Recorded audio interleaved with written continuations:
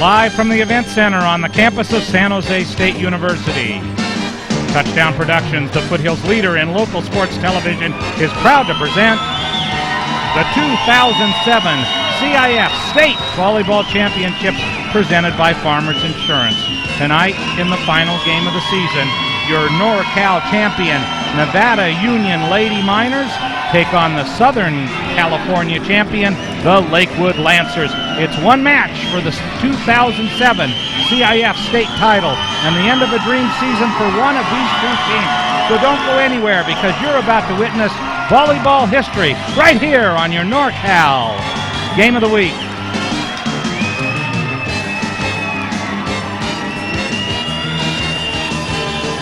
Well, it has come down to this one match tonight. Two championship teams, one from the north, one from the south, will battle it out, but only one will be crowned the 2007 Division I state champions. And in the next 2 hours, we'll unfold the story of this championship match between the Nevada Union Lady Miners and the Lakewood Lancers.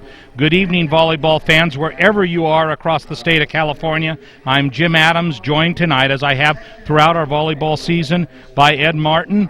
And Ed, volleyball worlds are colliding here tonight for all the divisions at the state of California. Well, that's it. You've got 5 teams came 360-plus miles from all over Southern California, and then 5 from all over the north part of the state.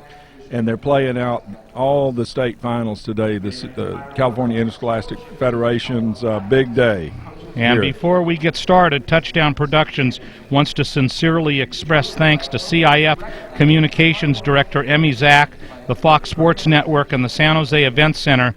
Bringing this event together, ladies and gentlemen, has not been the easiest of tasks, and there have been times this week where we have wondered whether we would be here with you, but we are, and we're excited to bring this match back to Nevada County in a timely manner. Well, it's got to be, you know, for people that didn't want to make the 4-hour drive down, to have this at home is really going to be a treat.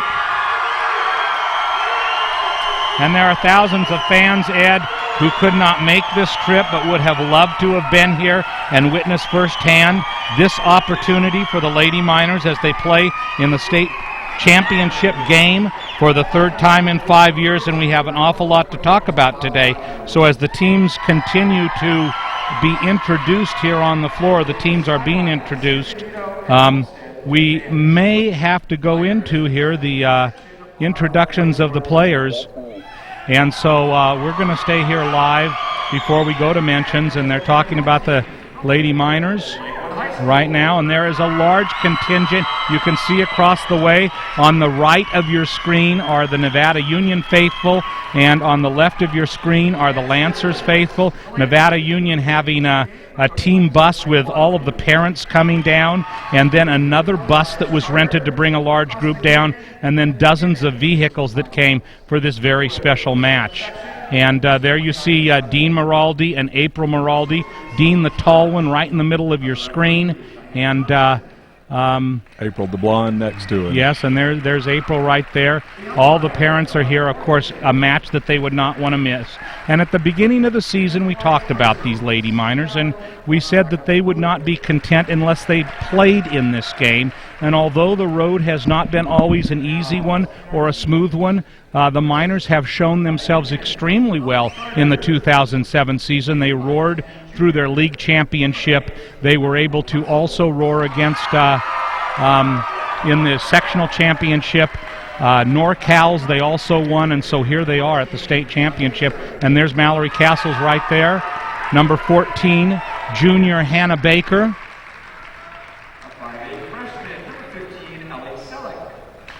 And there is Ellie Selleck, the freshman, number 15, individual who will do a big role for the Miners next year. Junior, number 16, Paige Carnahan. A 5'10" sophomore, number 18, Abby Maraldi. And here is the younger of the two Maraldi, sophomore Abby Maraldi. Abby has had an excellent season and should be fantastic next year. And here's the setter who replaces Caroline Reeves, Kendall Butterfield. Kendall has also had a great season, one of the very first people off of the bench when the Miners need somebody. And here has been perhaps the most pleasant surprise of this year, Taylor Japhet. Taylor is a junior who came here from Roseville and has had a great season. And then here's tried and true, very steady, the libero for Nevada Union, Lex Moser. Moser coming off of a great season. Perhaps her best match, as could be said with the rest of the minors, was the Davis match. And here's senior Kristen Dolly. Kristen playing in her last match as a Lady Minor. We will see her start tonight. And here is our setter, number 5, Caroline Reeves. Caroline has had an absolutely sensational season. In fact, it's come to the point where she will have to choose perhaps for scholarships between basketball and volleyball. Sarah McAtee, the MVP of the section this year.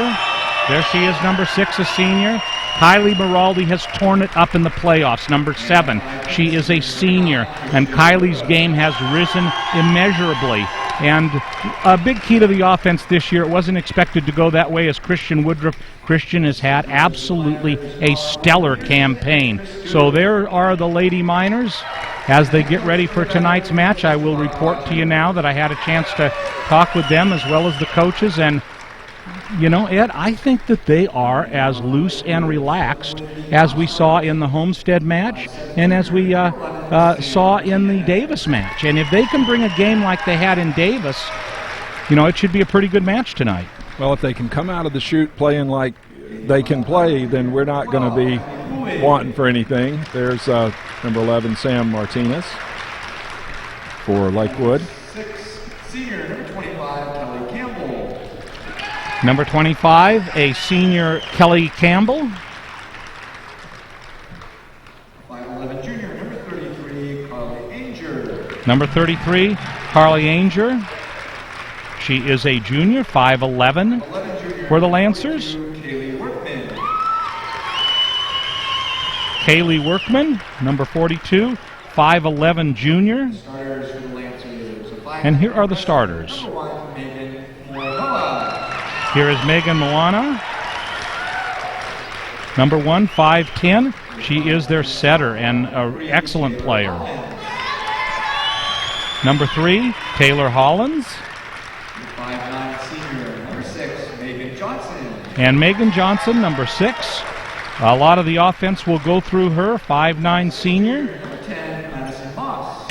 Madison Moss, 5'5", junior. A 6'1", sophomore, number 15, Jasmine Jacobson Orozco.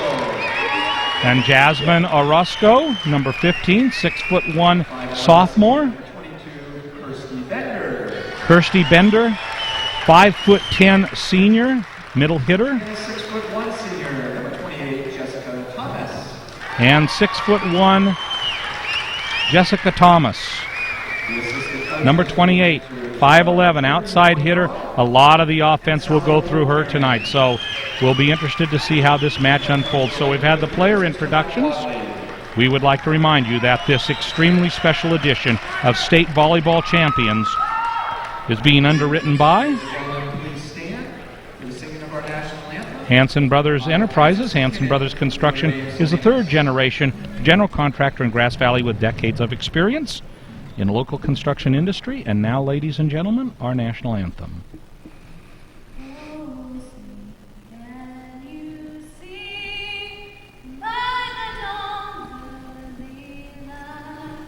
What's so proudly we hailed at the twilight's last gleam, whose broad stripes and bright stars through the perilous fight, for the rampart we watched was so gallantly streamed. And the rocket's red glare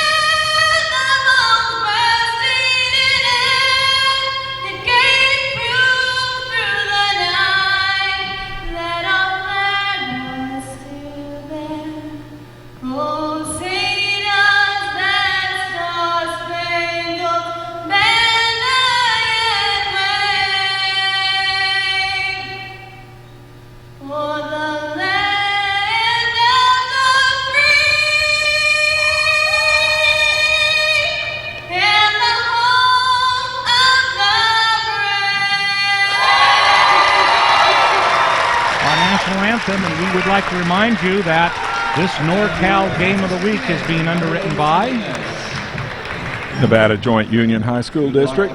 Our district has two of the best comprehensive high schools in the state at Nevada Union and Bear River. Nevada Union is a California Distinguished School since 1997 and a National Blue Ribbon School since 1998, boasting a 99% graduation rate. Extracurricular activities include 56 clubs, 42 athletic teams, and 20 ROP programs. With so many choices, it's easy to see the Nevada Joint Union High School District is serving our community with higher education. Casey Wood Corporation, the Casey family has been serving you at Casey Wood since 1990 and has become a home for the professional contractor. Kevin and Mark have established a reputation for doing whatever it takes to keep your job rolling. They offer construction-grade lumber products for framing and siding and custom doors and windows and are proud to support community events. And Soft Answers, owner Dallas Wibholm, specializes in software management, design, and consultation. That's why he's the best friend your computer system ever had. And Soft Answers is a proud supporter of Nevada Union sports and all the enjoyment they bring to the community. Dallas salutes the commitment of all the Lady Miners, their coaches, and their families for the past 6 years. A to Z Ace Hardware, A to Z Garden Center. The A to Z Garden Center is open and ready to serve you. They are the official site of the Nevada Union Miner football team, Christmas tree lot, and have lots of accessories for you to see, as well as you get ready for the holiday season. Let manager April Reese show you around and amaze you at A to Z Ace Hardware, A to Z Garden Center.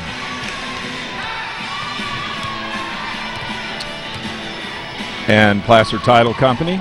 Larry Ingersoll, Sally Vigil, and Bear River manager Tracy Willis remind you that only you have the right to decide which title company you use when you purchase or refinance property. And when you choose Placer Title, you've hit the mother lode in title companies. They specialize in projects of every size, from single-family homes to large subdivisions. The Placer Title Company, the company you trust. All-phase heating and air conditioning. Winter will soon be here, and buying a cooling system is one of the most important purchases you will make as a homeowner. That's why All-Phase Heating and Air Conditioning installs and services the Train Comfort System. And All-Phase is Nevada County's only certified Train Comfort Specialist. Dorn and Max Bennett are there to welcome you at All-Phase Heating and Air Conditioning. And Chevrolet Ready Mix Concrete, Chevrolet Aggregates. Chevrolet Ready Mix are your friends and neighbors in Auburn and Meta Vista.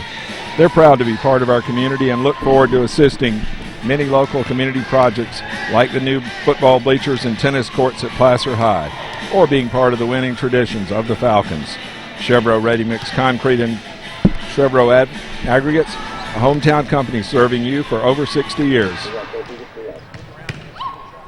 Hughes Body and Fender, NU football dad Clay Shockey has been repairing cars all his life, starting with his dad, and Grandpa Clay is a third-generation collision repair technician who has literally seen it all.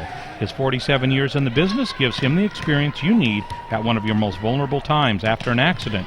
He works with all insurance programs and has towing and rental cars available at Hughes Body and Fender, where experience counts. And Northern Home Medical, Rudy Antonucci and Dean Moraldi are your home medical specialists in Nevada County. They carry a full range of home medical equipment, from power wheelchairs to home oxygen supplies. And Northern Home Medical also works with your insurance company and Medi-Cal to make sure you receive the products and services that you need to be independent. And of course, they're big supporters of NU Lady Miner Volleyball at Northern Home Medical. And by Touchdown Productions, the #1 leader in local sports television. At Hills Flat Lumber Company, the holidays are here, and Hills Flat has all the toys you want. For your big boys, there is a selection of power tools from DeWalt and Black & Decker. For the home, they have pre-lit artificial Christmas trees. And for the little ones who have been very good, Hills Flat has just received a collection of vintage toys. And gift cards are always available for everyone on your list at the Hills Flat Lumber Company, where they say, "Go, Lady Miners."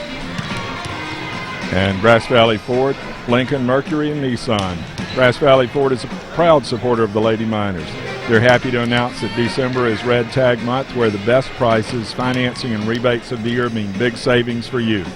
Grass Valley Ford, located across the freeway from Kmart in Grass Valley, where they gladly meet or beat any competitors. Deal with a smile. That's Grass Valley Ford, Lincoln, Mercury, and Nissan. A&A Physical Therapy. Physical therapist Walt Abbey is a huge Lady Miner fan and has been working with NU Athletics for over 25 years. A&A specializes physical treatment for all ages and sizes, works with your insurance and Medicare, and is celebrating their 25th anniversary. At A&A Physical Therapy, Walt says, go Lady Miners. And Plaza Tire and Auto Service. There's big news at Plaza Tire. There's a new Plaza Tire in Colfax. The same great service and repair enjoyed in Penn Valley and Nevada City is now available in Colfax at 1774 South Canyon Way. Their new number is 477-2925.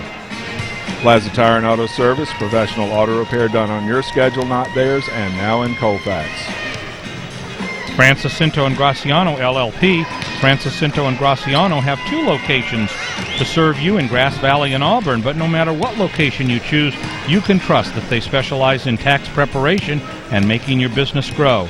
That's because they are CPAs and business consultants all rolled into one at Francis Cinto and Graciano, where they have an eye on your future.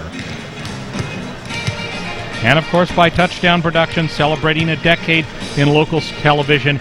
Jim Adams, Ed Martin, proud to be bringing you all the Lady Miner volleyball action here tonight in the state championship game. And be sure to be here next time as we begin basketball season right here on your NorCal Game of the Week. And interesting to note here, Ed, that here we are. There are only 2 Division I teams that will play a game in the month of December, and they are here here tonight, and we have an opportunity to see that game. Well, got to feel lucky just to be here, announcers as well as teams. It's, you know, like we say, 2 teams still playing. Everybody else, the season ended in November, but here we are, the first day of December, still playing. So, got to be pleased with that. Let's talk a little bit about this Lakewood Lancers team, and we interesting. Here is our trio. Brian, I got a question for you here. Am I writing or broadcasting tonight? Well, you know, I was thinking you might do a little blogging for me over here. There we go. Maybe a little of both. I thought maybe you might do a little blogging for us over here in between your broadcast. Yeah, during the match, huh? Hey, we'd love to have you anytime, Jim. Brian Hamilton, sports editor at the Union newspaper in Grass Valley. Brian, a question for you. As you take a look at this match tonight, how do you see the chances for the Lady Miners? You've been here through the last 5 years, 3 of which have resulted in state championship matches. What are your views on it tonight? Well, I got to say my views changed a little bit after talking to John Tawa from PrepVolleyball.com about this team at Lakewood. You know, we all know how the tradition of Southern California goes. I was just looking at the list of former champions in Division I, and it's pretty impressive as opposed to what we've done in Northern California. But at the same time, this is a Lakewood team that he says is very talented, lots of talent, but they're young talent. So you kind of wonder how much of a factor the experience level, the fact that these girls have, a lot of these girls have played through a lot of Northern California tournament action for Nevada Union, as opposed to Lakewood that doesn't have a lot of experience. So you wonder how much that's going to be a factor. Then again, these days with the sports going pretty much year-round specialization, all these girls have played an awful lot of volleyball, and I don't know if one match is really all that much bigger than the other one for them. You know, it's kind of interesting. We have been saying throughout the postseason run, almost every game, the mantra has been, if you play your game, you will win. And I had a chance to talk to Bob Rogers, and I said, Bob, you've said that all along. Is tonight a if you play your game, you will win match? And he took a little bit more pause than he normally does, and he says, I think if we play our game, we will prevail. So the Miners, at least with a good feeling. I saw the bunch coming out of the locker room, going on in. They were relaxed. Caroline Reeves took a nap on the bus. Everybody seemed to sleep well last night, and so, you know, this is a team that's perhaps as poised as you're going to find them going into a championship game. And that poise might be a very key ingredient coming down the stretch here with if we get into a tight game situation, if we go a 3-2 type of result, it might factor in or weigh in Nevada Union's favor on that end. Ed, let me ask you a question here. Stay with us, Brian. How important is it for the Miners to come out real strong tonight and take that game 1? Well, I think we've seen they can fight their way back in, but in a situation like this, you don't want to leave anything to chance. If they can come out and dominate from the start like we've seen them do, then they're in the driver's seat for the match. And I think, it's something that the coaches tell them, we know you can't, this is not a game where you take match where you take the first game to figure out your strategy, figure out, what you're going to do. You've got to come out of the blocks, pounding away. Well, I think we're all in agreement that if the Miners can play the type of game that they played, strangely enough, in the section championship game against Davis, that they should be pretty good, because most of us have felt that was their best match of the season. Well, that's where we saw that aggressive pursuit of the ball that kept them in it. They were able to take a team like Davis, commit block on their big hitter, Molly Pond, and really shut down Davis and dominate throughout the match. And that's the sort of thing here we've got to look for. You've got Jessica Thomas, the big senior hitter for Lakewood. Clearly be keying on her. And, with the balance Nevada Union has, 5 hitting options, a middle attack of a quality that you rarely see in high school volleyball. If they can play their game, it's a game that a lot of other teams haven't really seen. Brian, one last question, and then we're going to let you go. Is this the best Nevada Union team that you have seen in the last 5 years? Absolutely, and that's not to take anything away from the 2003 team, the 2004 team. We know how talented those teams were, and not just Allie Daly. I mean, there was Elena Schmidt, was an all-tournament player the first year they were down here. So, I mean, there's been other talented players. But like Bob had been saying all week, this time we've got more options to go to, except as far as hitting. So I think that's going to be a big factor, rather than maybe them keying on one player. Nevada Union can go to several different options. Thank you, Brian, for joining us. We appreciate that. It is Lancers and Miners tonight.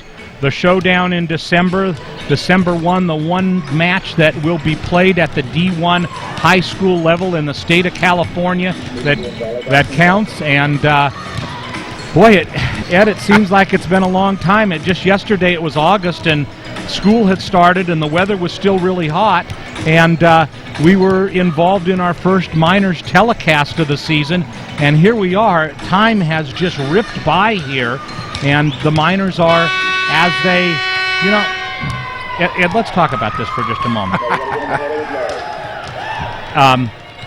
We're going to talk a little bit about the being able to make it through all of this in a moment, but let's go into the huddle, and we have Larry, Peterson mic'd again tonight.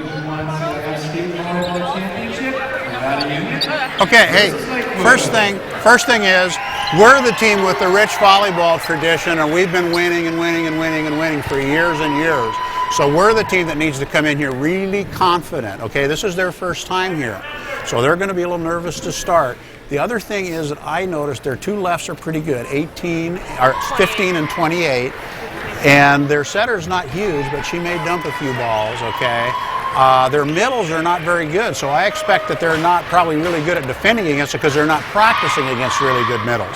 So we should be able to get some luck there, but we want to go out with big confidence, celebrate every point, just have a lot of fun out here. This is our stage right now, you guys, so let's really go for it and have fun, huh?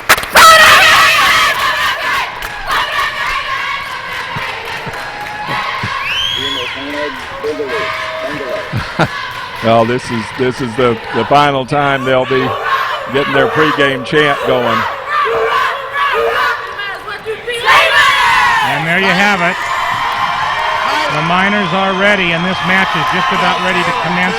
Nevada Union, the visiting team tonight, and so I believe that will dictate that they will be able to lead off serving. And there you see our regulars that we'll see a lot of tonight. Lex Moser will be ready to check in a moment, but Kristen Dolly, Caroline Reeves, Kylie Miraldi, Sarah McAtee, and Taylor Japhet right there in the huddle, and they come out and the Miners are ready to go. Well, and we see Megan Johnson actually coming out to serve for Lakewood. She's quite the server, has put up a number of aces through the tournament, and you got to start strong with your big serve. And Megan Johnson with a scholarship to Wyoming, who will be there next year, and she is their top server. So we're just about ready to get this state championship game on track here. Our pleasure to bring this to you, Jim Adams, Ed Martin. We dreamed also of this state championship game, and so here we are having the pleasure of bringing it to you, Nevada and Placer counties, and we are underway. Here is the set. Maraldi. Nice dig. Here is the set. Free ball. Nevada Union will need to take advantage of these situations. So the kill is there for Maraldi, and the Miners go up 1-0.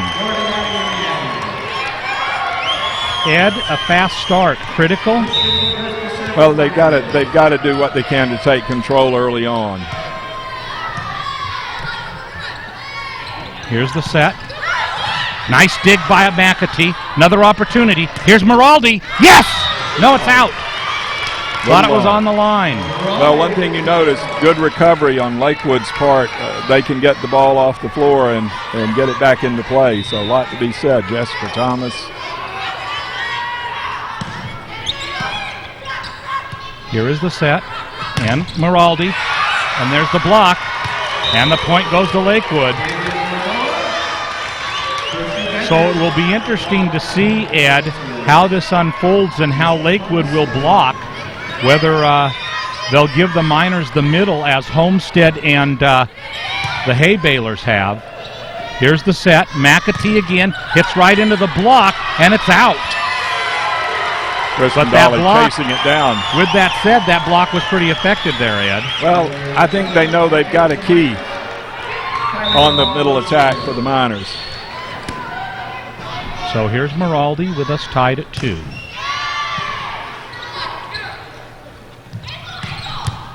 Nice dig. Oh, Woodruff saves it. Opportunity here. And there's the point on the kill. It's a successful block for Nevada Union. Reeves with the block. Megan Manoa not able to get to that one. Miners by 1.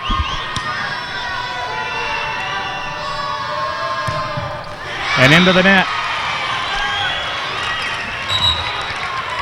One of the things that was noted in pregame by both Larry Peterson and Bob Rogers was that the Miners will need to limit their errors tonight. It's caused them trouble sometimes. McAtee hits it over that block. And a nice kill there by Jasmine Orozco. Really a good hitter for them. You heard Coach Peterson identify her as one of their offensive threats. Madison Moss serving. McAtee has to play it safely. And there's the kill. Taylor Hollins with the kill. There you go. Nice pass there. Get some height on it. Johnson, nice outside set there. Down too fast for. Back to live action. There's Woodruff. Another opportunity. Lex will have to chase it and cannot get to it. So 6-3. Lakewood out of the gates here strong. And Ed, one thing to note is that you don't see the ball dropping very much. They are very good defensively. Very good. Good service game, good defense, effective block. Set. And Taylor Japhet hits it into the net. She nodded her head, knows what she did there. Moss on a nice run here for the Lancers. McAtee. Yes! Able to go to the right of the block there. Manoa and Hollins up.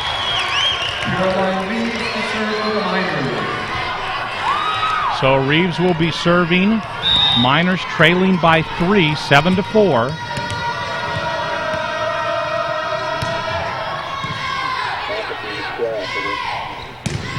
Nice block against Megan Moana. And let's go to the replay. About back set there, bump set by Christian Woodruff, and McAtee able, as you see, to go to the right of the block and down to the sideline there. Moana serving. The set. And the kill. That time Taylor Japhet found her range. Miners have been a team of streaks this season. McAtee serving. Well, if they can get the serve and keep it, they can put up some points in a hurry. Nice dig. Opportunity for Nevada Union. And the touch at the net, and Japhet with the kill. And looks like the up ref called Lakewood in the net as well. And they have mistaken that gesture, though.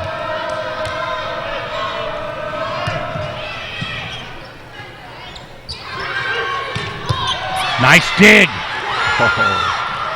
Lex Moser. Another opportunity. There's the block. There's the dig. Woodruff. Oh. Sarah McAtee getting the "you're not the setter" call. So a double hit against Nevada Union. Saw a terrific save on the right side there by Kristen Dolly early in that rally. A lot of experience playing there on the right around the antenna.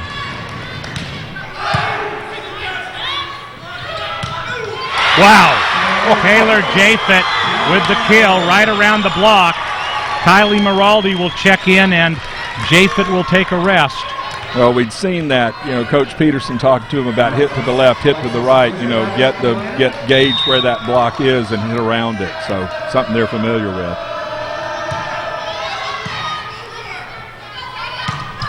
And that short set works for Taylor Hollins with the kill.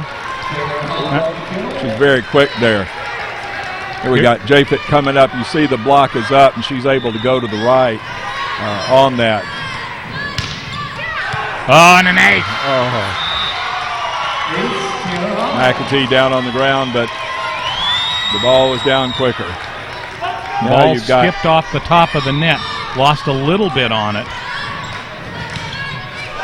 And there's a fault. Had Thomas in the front middle for Lakewood there. And nice to see them do their own side out. Interesting to note, I look into the stands and I see Dina Skanas from the Hay Baylors watching the match over there. And a fault. Dolly hits it into the net, and these errors make it difficult for Nevada Union.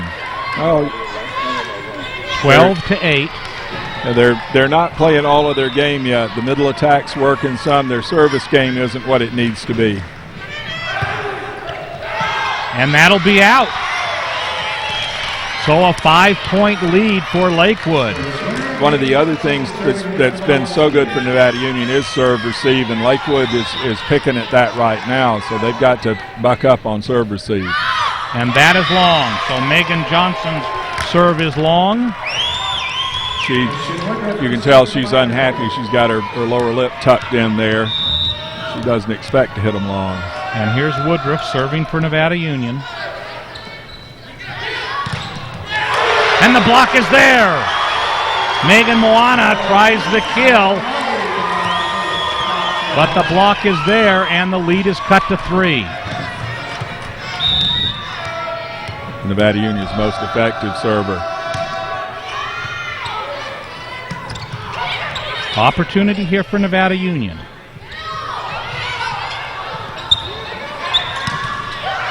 And that's a 4th hit. So Woodruff, who has primed many rallies for Nevada Union, brings the Miners to within 2.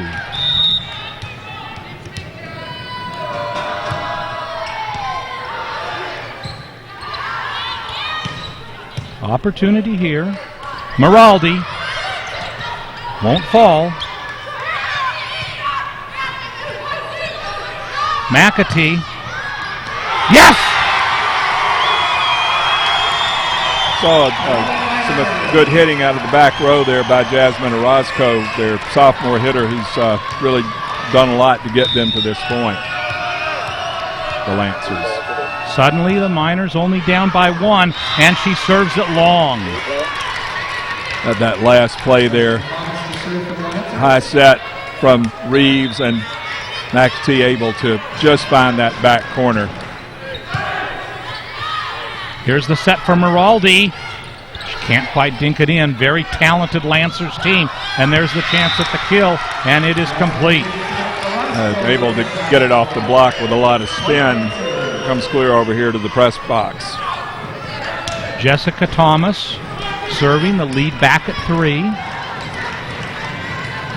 Understand she's headed for Oklahoma next year. Thomas for Oklahoma and Megan Johnson for Wyoming. The Cowgirls. Miraldi.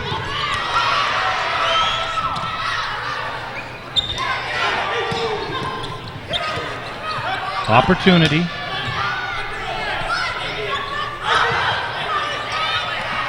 McAtee. Wide. Hit it a little bit on the right heel of her hand. A little more shank to it than she may have meant to.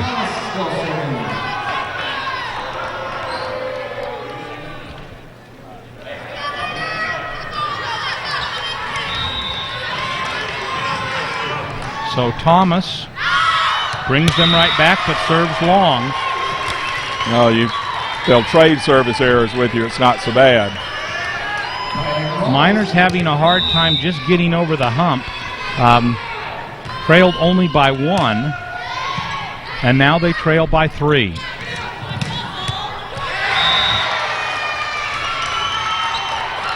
Nice kill by Jasmine Orozco. And Woodruff was set up for that, but it came outside of where she was braced for it. There's nothing she could do. Madison Moss serving for the Lancers.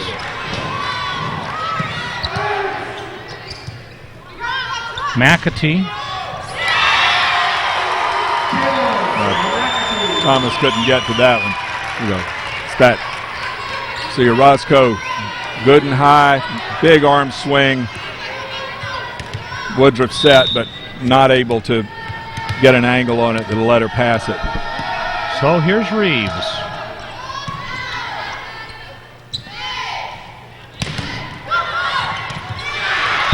Attempt at a dig by Kristen Dolly. Well, and Caroline Reeves was diving in for that. Might have been the better play. Megan Moana serving for the Lancers. And the Miners against the net. Had an outside call from the far linesman as well, so the ball really didn't go where Sarah McAtee hoped it would. 19-14. And it's an ace. And Ed, that really was not close. Well, it looked like somebody was going to play it, and they just decided to let it go. Let's go into the Miners huddle with Larry Peterson. Really tough. They miss a couple, but the ones that get in are really tough, and we're just sort of like reacting really late to the ball. On those short serves, we've really got to watch the server and get a jump on that. You can step off and take that thing overhand also.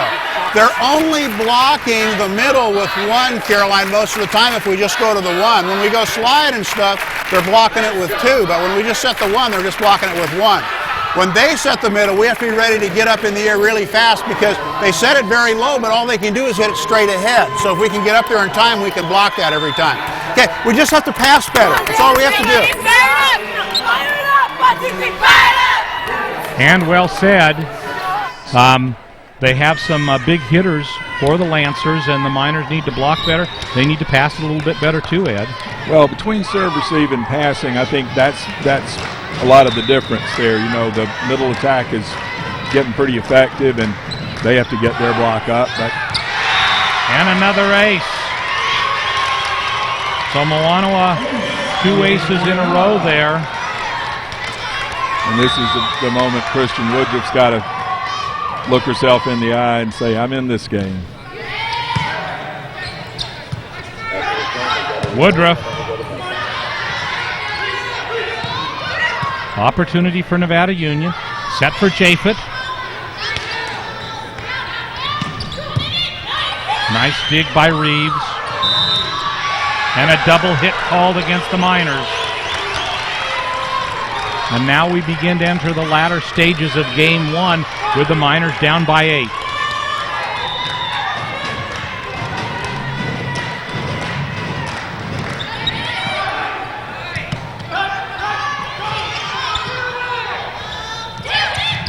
Nice dig by Woodruff. Here comes McAtee.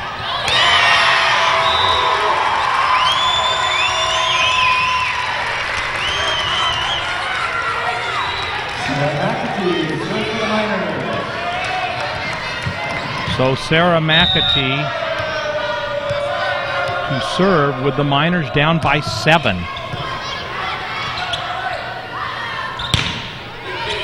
And it's in. What Coach Peterson was talking about, you don't wait to see where the ball's going to go, you play it. The Miners have got to move on the ball.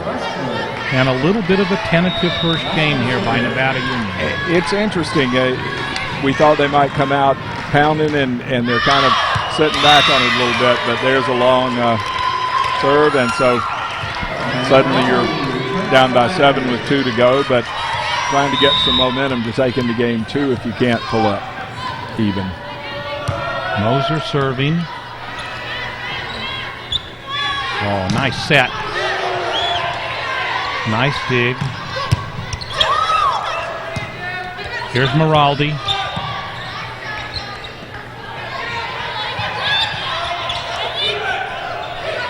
Maraldi, the touch is there. Point Miners. Putting some of their direction right to work. Going ahead and hitting in the middle there.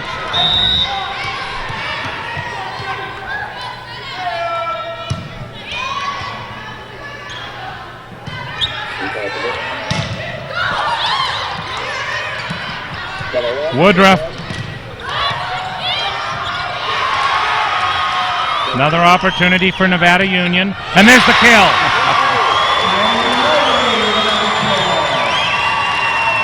So let's take a look at this, Ed. Caroline Reeves setting to the middle there.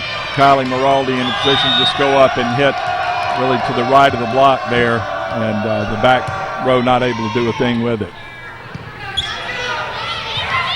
Here's a chance for Nevada Union. And a lift called against Caroline Reeves. Well, they had a Lakewood player reaching in there with the set. I thought you might get an interfering with the set call, but no such luck. So game point in game 1 for the Lancers.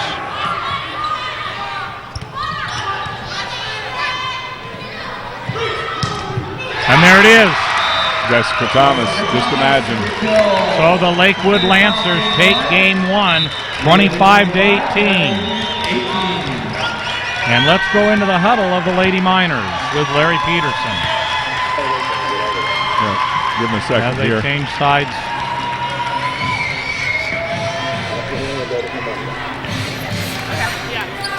Very, very simple what we have to do to win. This is a very winnable match for us, okay? We were right there and we didn't pass very well. We've got to take care of that short serve, number 1. When we set the ball in the middle, we cannot tip the ball. They've got 5 people. The only chance that you might have is if you go right over the top of their blocker, but anything off to either side, they're just right there. It's a free ball. So we've got to swing away on the quick, but as long as they keep trying to block that with 1, that's there for us. Our left side hitters are effective too. Defensively, most of what they've got going, just what we expected, is coming from their left side hitters. They're not trying to hit high seam at all, so we can stay in rotation, and let's have you go all the way to the line and just be there ready, okay? We're not going to necessarily give line away necessarily, because I think that, you know, they're setting the ball so low they can't hit really, really sharp angles anyway. So just block in front of the ball, and if they turn it to the line, we'll just be there to get it. They did that 2 or 3 times, but the main thing, you guys, is serve, receive, serve, receive, serve, receive, okay? So we can just run all of our stuff. We just really got to be aggressive, move your feet. On a bad pass, everybody be ready to help. You know, it just gets down to that simple. Everything else we did very well. We played pretty good defense against them, but they really serve tough, so we've got to be very aggressive. Okay, here we go. Let's get this one. Long sets, really tight. Sarah McAtee's mom. So we would like to remind you that this special event, the NorCal Game of the Week, is being underwritten by Hanson Brothers Enterprises. Hanson Brothers is all about aggregates, and their new facility in Colfax means that they have even more rocks for your landscaping needs. Whether you need crushed mine rock, base rock, riprap, building stone, or large landscape rocks, Hanson Brothers Colfax has it all, and they're proud to help you create the home of your dreams at Hanson Brothers Colfax. Proud to be a part of the Colfax community and Hanson Brothers Enterprises. And Nevada Joint Union High School District, our local high school district, is sponsoring the Adult Mobility Skills class at the Lutz Center. It's all part of the adult education classes and is now offered free through December 7th. The class meets Tuesday and Thursday from 4 to 5 p.m. and is a great way for you to get off the couch and join Carolyn McKinley for 40 minutes of stretching, chair, and 4 exercises that your body needs. It's just another way the Nevada Joint Union High School District is serving our community with the needs of higher education.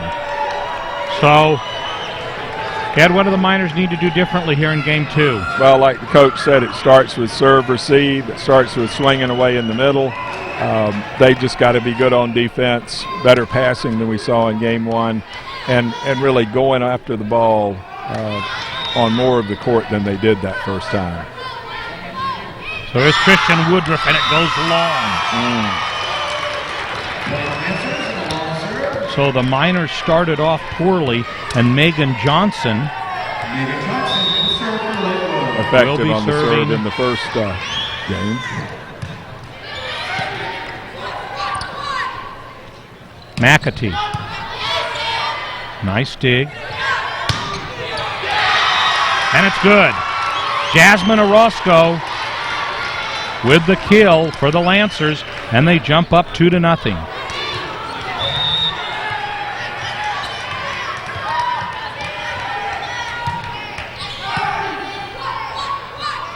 Maraldi. Nice dig. McAtee. Oh, and a good save there by McAtee. Maraldi. Lancers will not let it fall. And now their opportunity.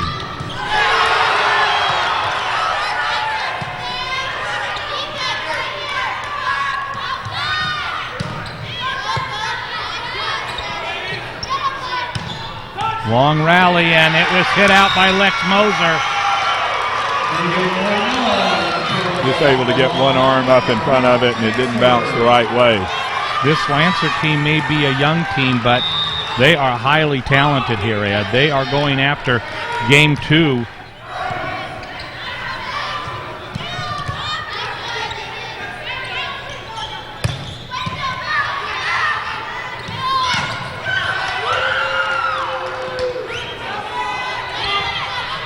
And McAtee gets it in.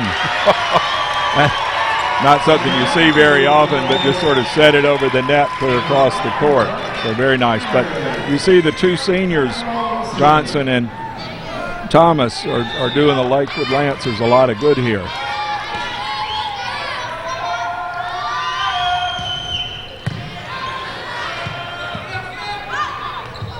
And she mistimes the hit. Megan Moanoa.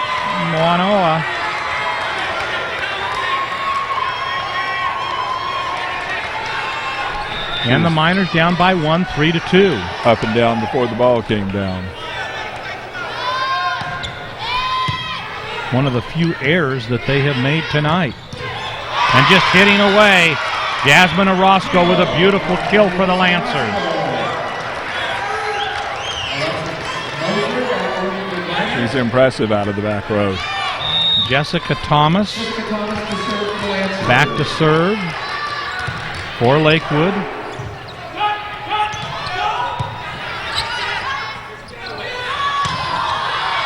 And a nice kill by Jasmine Orozco again. She beats the Miners' block. Coach Mike Wadley's pretty vocal over there. urging his Lancers on.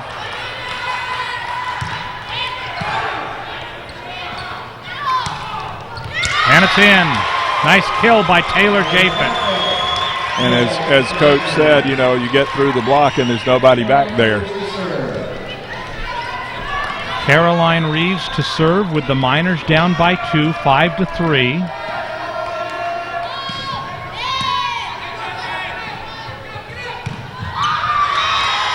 And a nice kill by Megan Moanoa. Freshman. She's played with a lot of poise thus far. And touted as one of the best freshmen in the nation. Well, she's certainly shown it tonight.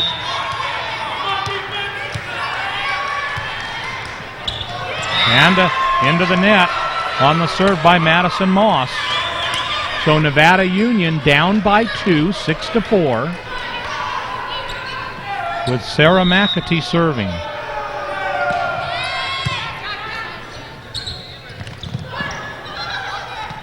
Oh.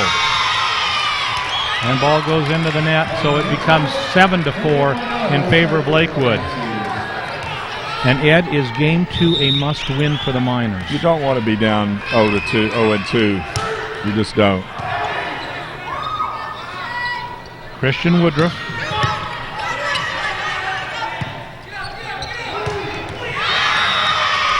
And it's in. That's when Orozco coming out to the front there and able to swing away straight down the left sideline there. Not what you want to be giving up. And into the net by Moanoa. And Lex Moser steps up with the Miners down by 3. After her 37 dig performance against Homestead. Beautiful dig. Free ball for the Lancers. Here it comes to Orozco. Opportunity now for Nevada Union. Christian Woodruff. Gabby Cooley couldn't get to that at all. It came down off so fast that just off the top of her hands. And something the Miners have not done much of this season. They have constantly played behind so far in this match.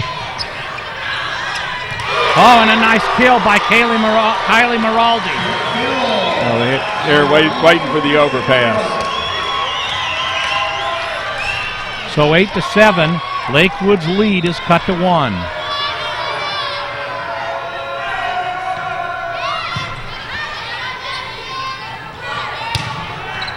And a beautiful kill by Taylor Hollins. Able to hit that cross-court shot there. See that overpass, and there's Maraldi. That's what middle blockers do, tip the ball straight down like that. Jasmine Orozco. And the touch is there. Kylie Maraldi with the kill. Off the top of the block there with Thomas and Hollins. Miners hanging in there, only down by 1.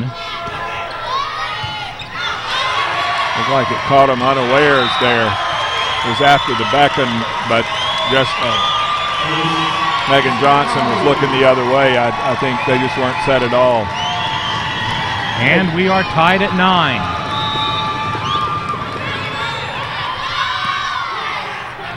Nice set, and the kill. Taylor Hollins again.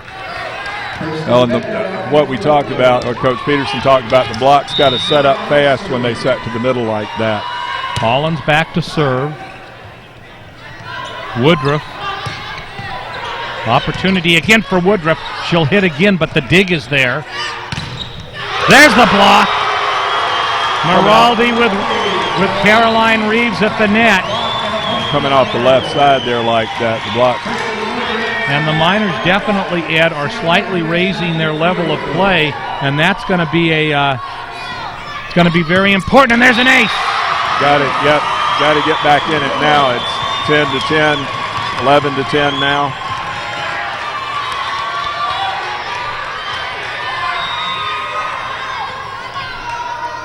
Miners with their first lead since the very opening moments of game one. And here is a free ball, another opportunity. They're going to need to take advantage of these. And here's McAtee. Another chance. But this will be a free ball. Nice set. And the kill. 2 touches on Megan Johnson there. Oh, okay. Yeah. You know, I've actually seen the Wyoming Cowgirls play in their gym in Laramie. They're a good team with a lot of pride. She'll do well there. Here's Woodruff. And hit out. Did not make it over the net. So the Miners by 2 and Lakewood calls a timeout. And let's go into the huddle with Larry Peterson. We're going to continue to stay down on that back row attack, but the outside diggers, we need to keep our outside diggers into the court more. They're not hitting anything by the lines. We don't want anything to get into the seams on the back row attack. The other thing is our left side, our middle blockers are cheating toward their left sides. So if you guys don't take, give the line away and take more angle, they're never going to get out there and we're going to have a hole in the block. That's happened to us 2 or 3 times. I want you guys to continue to do what you do. You guys just give away a little bit more line now, and Alexis, make sure you go to the line on the right side hitter too. Okay? All right, let's get them, you guys. We'd like to remind you that this special edition of Lady Miners Volleyball is being underwritten by Casey Wood Corporation. The Casey family has been serving you at Casey Wood since 1990 and has become a home for professional contractors. Kevin and Mark have established a great reputation for doing whatever it takes to keep your job rolling at Casey Wood Corporation. Oh, Chris. And it's long. Every time there's a timeout, she does that. God, we had a nice lead, too. So, a few extra comments there from Larry Peterson. And the lead is cut to 2, 13-11 for Nevada Union here in game 2. McAtee and a beautiful block. And the Lancers with the point to cut it to 1. Sarah Caroline Reeves dug it, but it came up and hit the wire that holds the tape.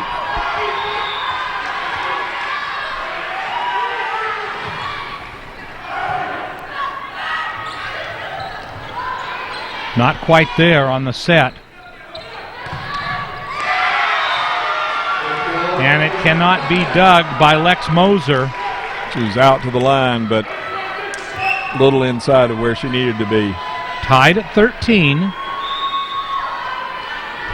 In game 2, 25-18. Lancers in game 1. Here's the set for McAtee. Beautiful dig by Martinez.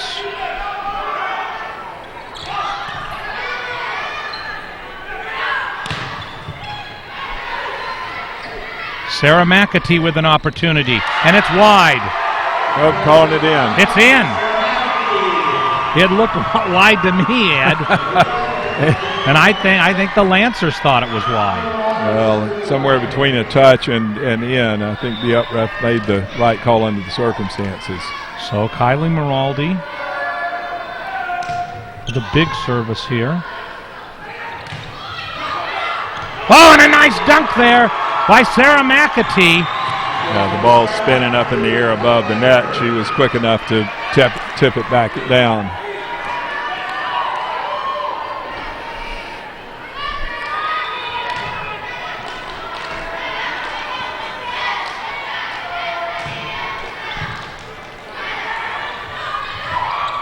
Good dig. See if the Miners can get to it, and they cannot. So Reeves with the initial dig, but the Miners cannot save it. Too far back. You had McAtee and Woodruff both chasing that ball, but it was clear back in the far right corner. And Jessica Thomas serving for the Lancers. Taylor Japhet. Another opportunity. This time McAtee, and it's wide.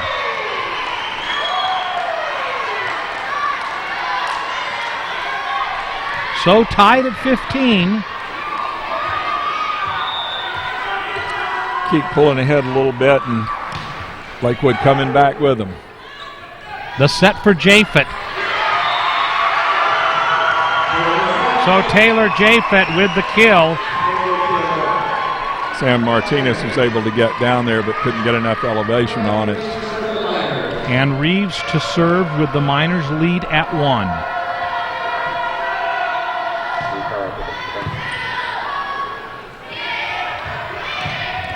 And the kill at the feet of Lex Moser. Here we come with that last one there. Big set there, and Japhet able to hit it down to the right of the block there. Madison Moss. Taylor Japhet. Opportunity now for the Lancers. And the block is there.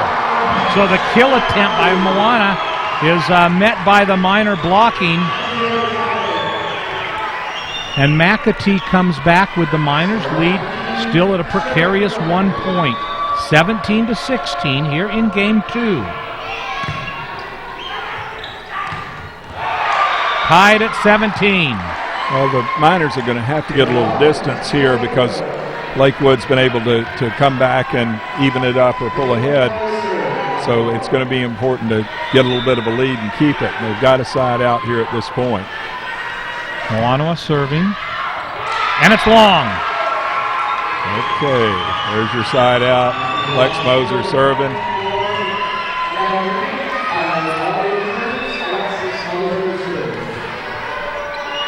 Here's Lex Moser serving for the Miners.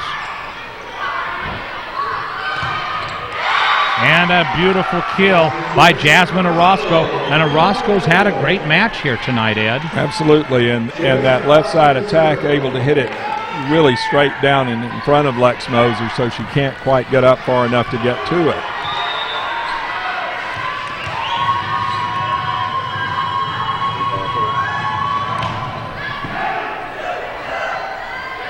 Miraldi.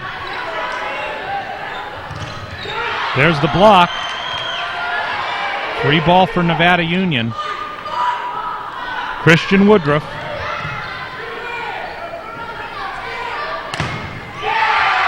Block off of Dolly's hands and the kill by Jessica Thomas. Here we see that last play straight down right behind the 10-meter line, 3-meter line, and just in front of Lex Moser. It's got to be frustrating for her with her ability to dig the ball. Lakewood retakes the lead.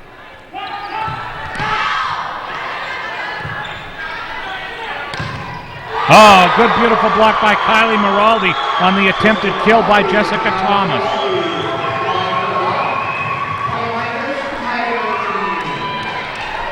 Tied at 19, Kristen Dolly to serve for the Miners.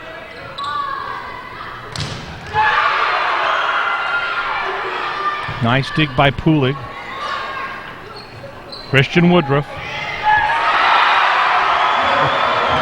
Woodruff saw that, nobody behind the block, and able to just tip it over the block. And the Miners showing a little more strength after a somewhat weak game 1. And an ace. That was a nerves of steel play. Not sure that overpass was going to go out.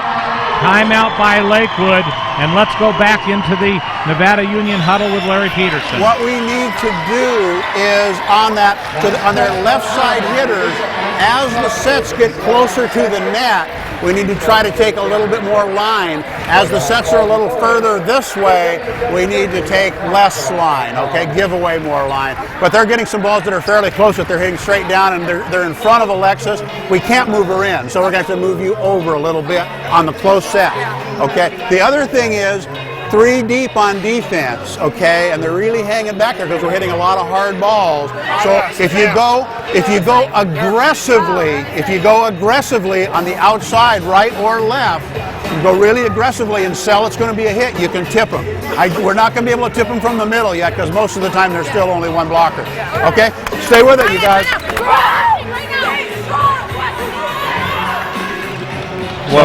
What we saw there with the setting it close to the sideline and hitting it straight down where Alexis Moser really can't move up to cover. So the Miners by 2.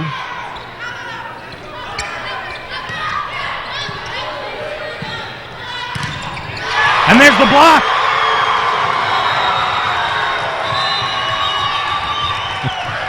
Taking no Maraldi chances. thought that it had been played properly. I guess she did not hear the whistle. But the Miners by 3, 22-19.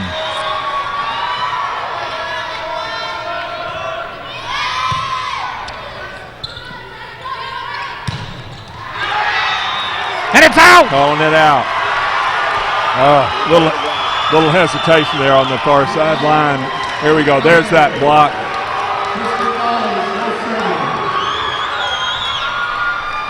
So 23-19, Miners with their biggest lead of the entire match. Oh, big opportunity here. Who wants it?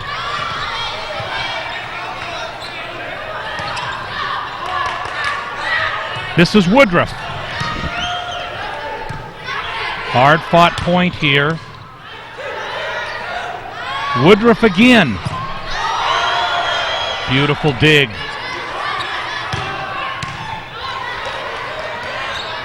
Woodruff a third time, but an opportunity now. Here's Thomas.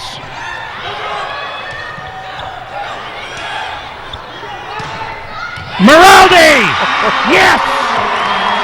And the Miners at game point in game 2. Now the Miners really showed some grit in these past couple of rallies. I've got to say they're back in the match.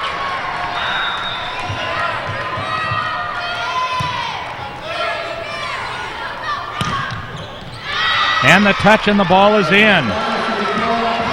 So Jessica Thomas with the kill.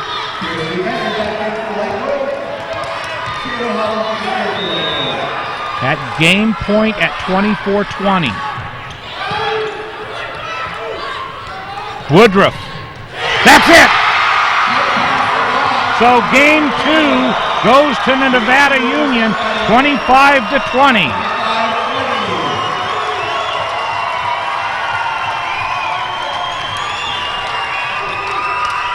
Oh, got to be pleased with that. And they rode a stretch to make it into that Game 2 victory circle, and now it will become the best of 3, and here's Larry Peterson. We haven't been passing very well, though. Having 2 people in the middle on that, we may want to move you to the right. You know what I'm saying? Because we need to have another hitter over there, and when I have 2 of you coming out of the middle in that. Hey, you know, what was the difference between that game and the first game? Well, blocking but serve receive, okay? We're blocking them very, very well. We have to stay heads up for the tips and the roll shots, keep squeezing them a little bit toward the middle on the back row attack, and then we're just going to make that one change in serve receive, Lex. Sarah's, and that one when Sarah's right front, she's going to move to the right and you're going to pass from the middle in that rotation, okay? So we'll have another hitter over there from the right side. We haven't hardly hit anything from the right side yet. They're probably wide open for you over there. And Soft Answers. Dallas Wibholm is our local computer genius and specializes in software management, design, and consultation. That's why he's the best friend you and your computer system ever had. He's the one to call for those hard-to-solve problems. And Soft Answers is a proud supporter of Nevada Union Sports, and Dallas is proud to once again donate his time as coach of the NU Minor freshman basketball team. A to Z Ace Hardware, A to Z Garden Center. It's time to pick up your Christmas tree at A to Z, the official site of the NU Football Booster Club Tree Lot. This tradition allows our football program to raise funds for next year and get you the freshest tree ever. A to Z also carries a selection of ornaments, lights, and decorations. So Merry Christmas from Dan and Dan Jr. and April Reese at A to Z Ace Hardware, longtime supporters of Nevada Union Minor football. Placer Title is proud of the Lady Miners. Their winning attitude reflects the character of our foothill community and represents us all. They salute the parents, coaches, and players on reaching their achievements. And just like the Lady Miners, Placer Title reaches new heights every day in customer service. It's the cornerstone of their business and why they look forward to the opportunity to prove it to you. Placer Title Company.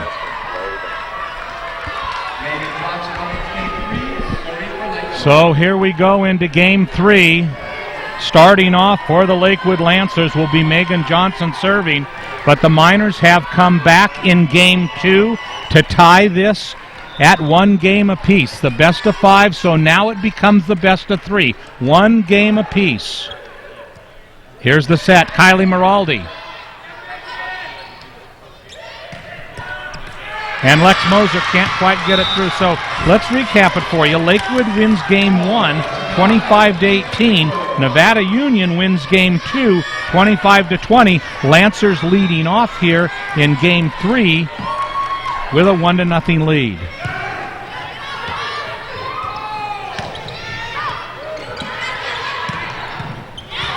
Nice dig by Moser. Beautiful play by the Lancers. Back to Maraldi. Free ball for the Lancers now. And that's out.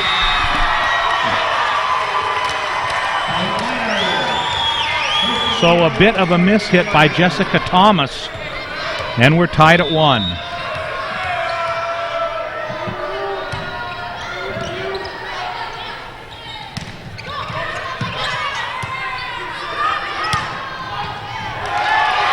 McAtee with the kill. McAtee had it coming and going, and Sam Martinez really couldn't do anything but have that ball carry him off her arm. And Ed, you kind of get the feeling that if the Miners could come out here with a streak, they might turn the tide of how difficult game 1 was. Well, they've started playing more of their game, and Lakewood is playing a little less of theirs, but you've got to hang on to the serve if you're going to put up points in a systematic fashion. Jessica Thomas. And that is long. So a few errors going against Lakewood.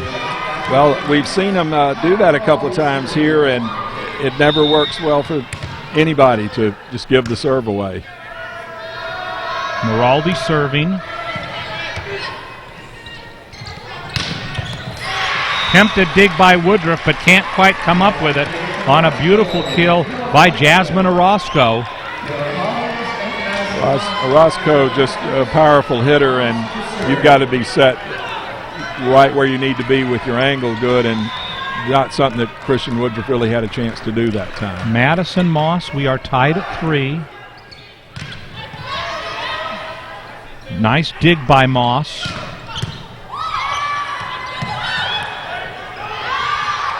And it's out. Taylor Japhett just had to swipe at the ball as it was, and she was too close to the line to backhand it with much authority and not have it go out.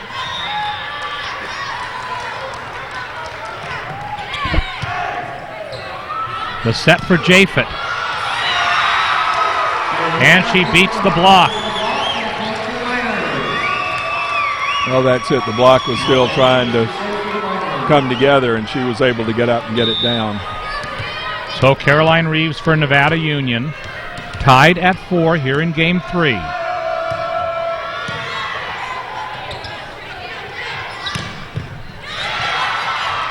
And Moser with the attempted dig, but it is out. A lot of velocity on that. Going to be hard to corral it, have any control.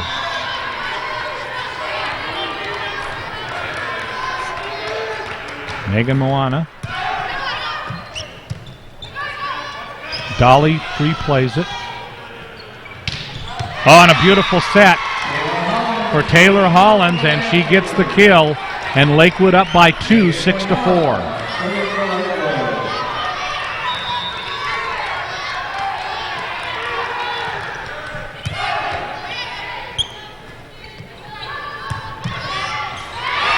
And the kill is there for Woodruff. That was all. Woodruff got the dig, got the kill.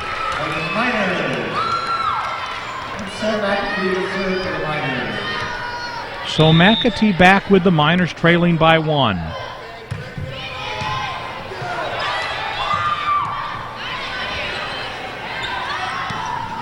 Orozco again with the kill. Excuse me, Jessica Thomas.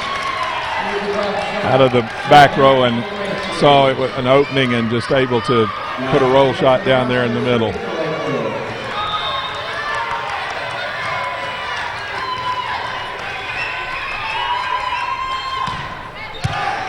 Nice serve.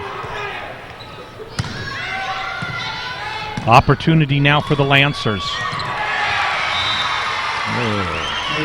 And Taylor Hollins with the kill.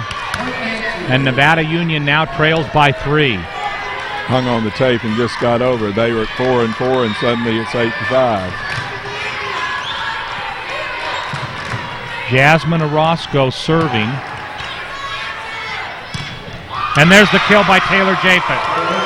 And Ed, one of the things the Miners were a little bit worried about, but they've done very well tonight, is on the serve receive.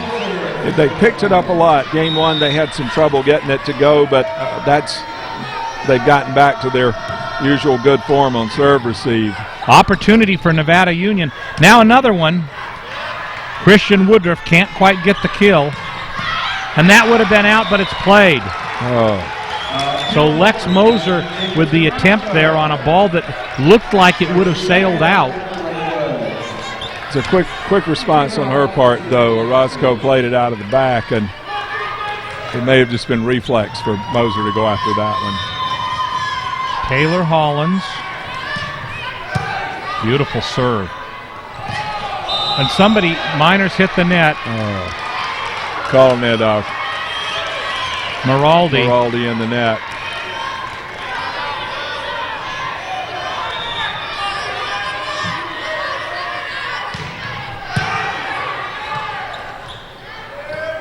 Dolly. And the kill is there by Jessica Thomas. Woodruff dove for that ball coming off the block, and and Nevada Union takes timeout. Trailing by 5, 11-6.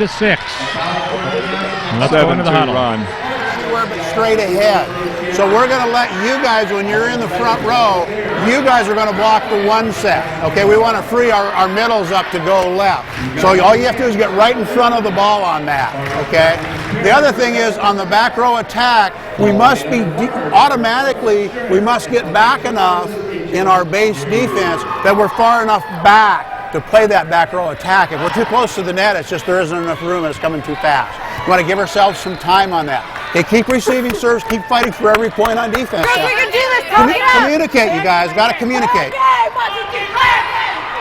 And the Miners have been a team of runs this year in that they'll get on a healthy run, Ed, and they definitely are going to need one in this match trailing by 5.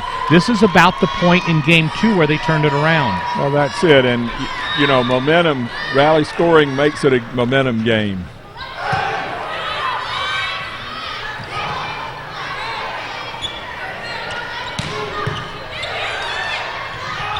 And hit wide. Reeves too close to the sideline when she tried that reverse layup. And now Lakewood doubling the Miners at 12-6. Christian Woodruff.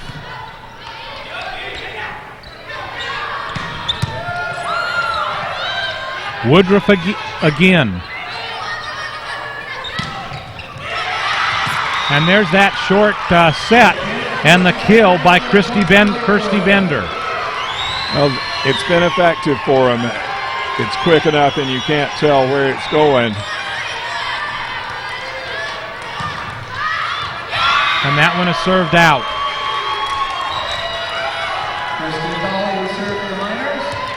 But now the Miners certainly have their work cut out for them, trailing by 6. Kristen Dolly serving. Beautiful dig by Moser. Opportunity. They need to take advantage of it.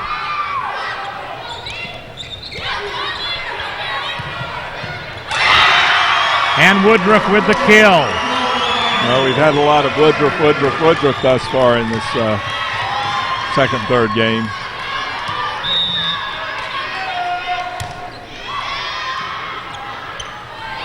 And an ace. So Dolly with a timely ace.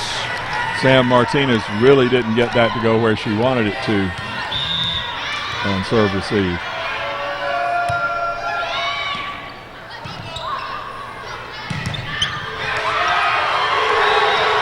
And the block is there for Nevada Union, and they have now cut the Lancers' lead to 3. Dolly with a little mini run here. has cut the lead in half. Oh, beautiful dig by Moser. Big opportunity. Woodruff. Back over to Thomas. The block is there, and she dunks it right back in. So Jessica Thomas able to get back with the up kill. and pick the ball off the block.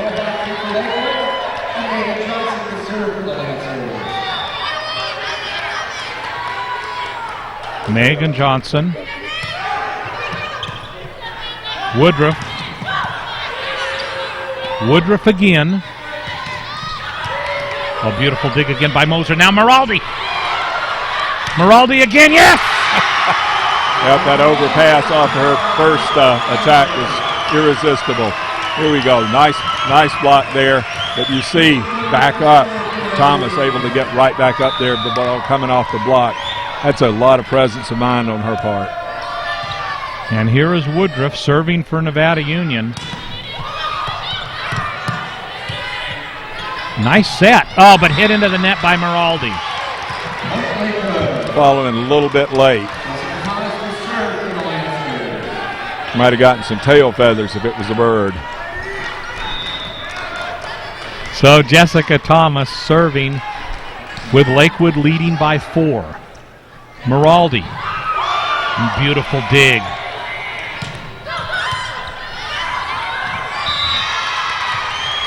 But hit out by Christian Woodruff. No, when you throw one arm up, you don't know where it's going to go, and close, but way too close to the antenna. Maraldi.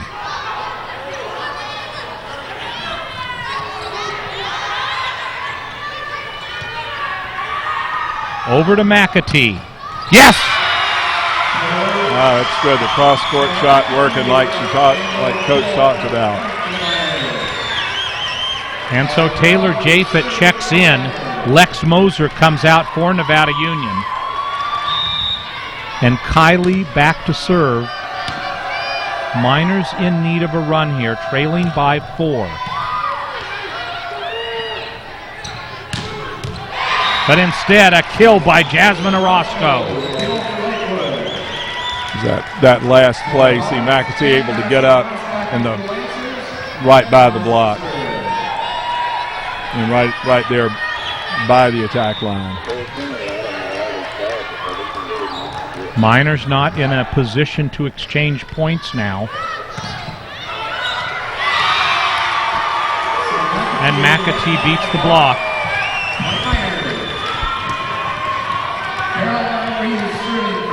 Caroline Reeves, the senior setter for Nevada Union.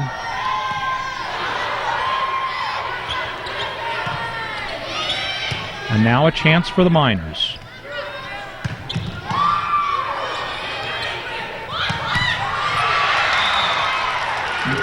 Taylor Hollins with the kill. It's been really effective for Lakewood, that quick, tight set in the middle to Hollins. She's got good elevation. And as it has been more successful, they've been going to it more.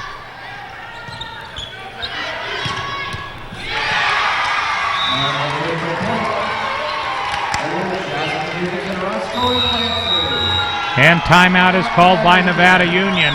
They trail by 6 at 19-13.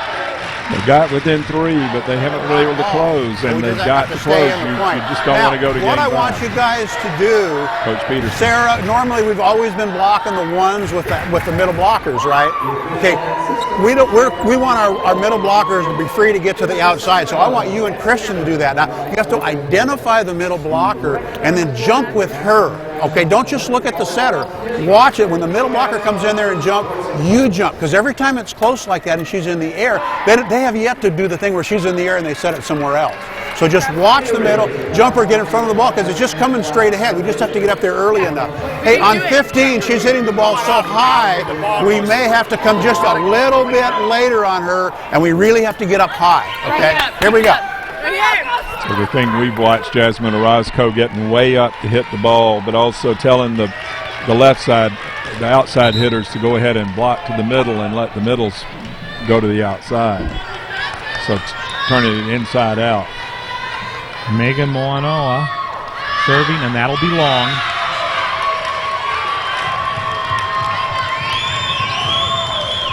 And so here comes McAtee, and Ed, if they're going to make a run at it, this is about the point they really need to start it. They can't get into the latter stages of Game 3 and then try to make the run. And that's an ace! Well, this is it. You've got to put up some points and close with them before they get past 20.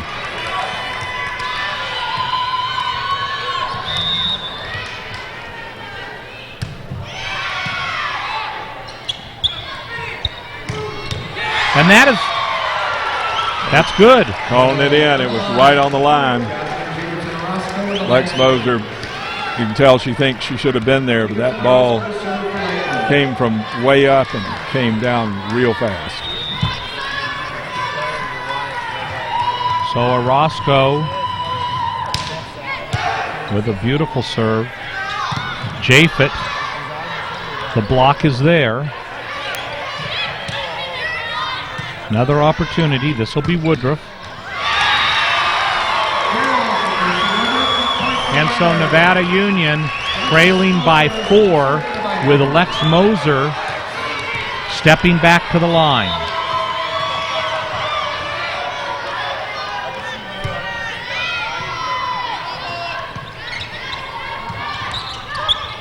And here's a chance for Nevada Union. And Maraldi mishits it, and it falls on the minor side of the net. Trying to push it too far to the right and didn't get it for enough forward momentum on it.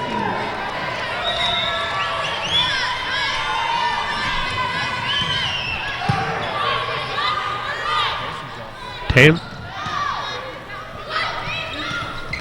And stuffed. Down the front of the block Kirsty there. Bender.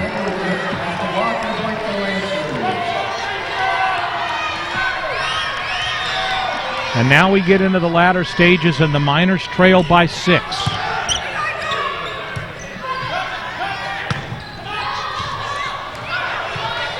Beautiful save. Pulig again, and that will be wide. Miners have to play inspired and take advantage of little errors like that.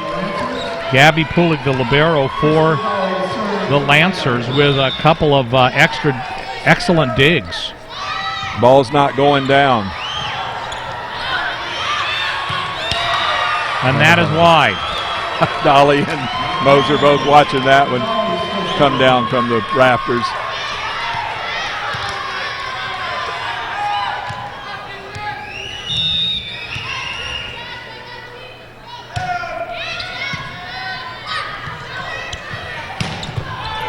Beautiful dig by Moser.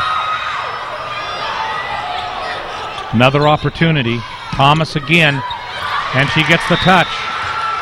So Jessica Thomas, and Ed, it seems like they're feeding Thomas a steady stream of balls for the kills there. They're really going to that left side.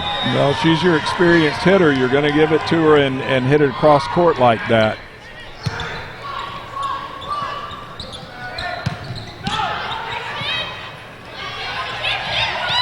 And a touch against Nevada Union, and the point will go to the Lancers.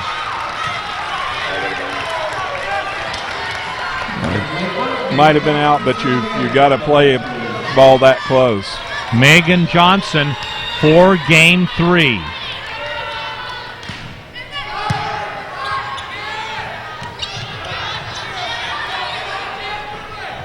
Orozco. Now Woodruff.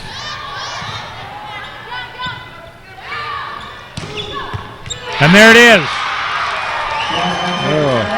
Back row attack is hard for Nevada Union to solve this time. Well, we're going to have to win it in Game 5. Got to come back for Game 4. So Game 3 is taken, as you can see there, by Lakewood. And Nevada Union is now down 2-1 here in this match from San Jose State University. Lakewood taking Game 1, Nevada Union taking Game 2, Lakewood taking Game 3. So we move on to game 4 with Nevada Union trailing 2-1. And let's go into the huddle with Larry Peterson. Best we can against her. She's tough, but you know, she's only up there part of the time. We've totally shut down the other girl. We can do this if we just keep playing hard on serve receive. All right? They've changed their defense now, and they're blocking you guys with 2 in the middle. Well, on a two, but on the one set they're blocking you with 2. The second setter is coming from your right. If you hit it left, if you can aim it a little deeper, that setter's coming in and kind of camping and trying to take them overhand. Or the tip shot that you guys like back to your right side should be open. We haven't used that all night, and that's usually going to be a good shot for us. Huh? Yeah, let's get this one, huh, right now. Let's get after it. And this special edition of NorCal Game of the Week brought to you by All Phase Heating and Air Conditioning. Customer satisfaction is the reason that Doran and Max Bennett are celebrating 10 years of serving you in Nevada County. They also remind you that All Phase is Nevada County's only certified trained comfort specialist, and the Bennett family is so proud of our Lady Miners and the fantastic role models that they are for our youth. Congratulations, girls. You've earned it. Chevrolet Ready Mix Concrete, Chevrolet Aggregates. Chevrolet Ready Mix is famous for its small-town service in the foothills. They've been serving our community since 1946. That's over 60 years of proving you with concrete materials. Whether building a swimming pool, driveway, patio, or decking, Chevrolet Ready Mix is ready to deliver custom-made concrete to fit any landscape or terrain at Chevrolet Ready Mix Concrete, Chevrolet Aggregates. Hughes Body and Fender, NU football dad Clay Shockey has been serving your automotive needs in Grass Valley for over 30 years. He's a third-generation repair technician, and they've been in business for more than 47 years. Repairs all makes and models at Hughes Body and Fender, where his experience counts. And so, Ed, here we go in Game 4. Pivotal for the Miners, a must-win.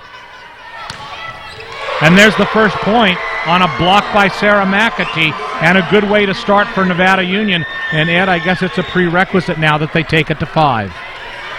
Can't win it otherwise. Got to get this one and the next one when you're down 1-2. And Woodruff serves it long. An important part of the offense just not there on that play. Megan Johnson.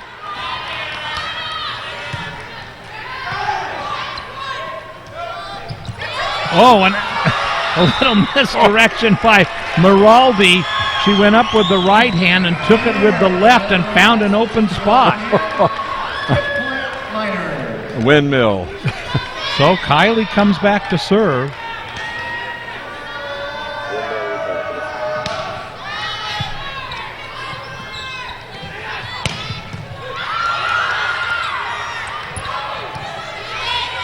Replay here. Opportunity now for the Miners. And Japhet finishes. Off the floor there. Here's that windmill again. Goes up with the normal right-hand swing, switches arms, swings to the left, and is able to put it down behind the attack line there. Very nice. I can't believe that was planned that way, though, Ed. Seen it before. Ooh, and a near ace. A beautiful dig by Sam Martinez. And the point. So Martinez keys that one. Saving it for the Lancers.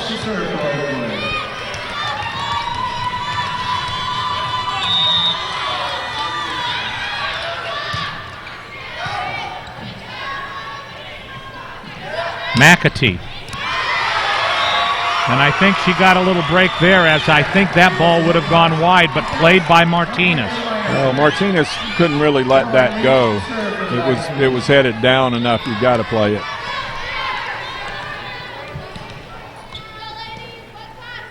Caroline Reeves. Good dig. Called it. And the ball outside the antenna. Outside the antenna, so the point goes to Nevada Union.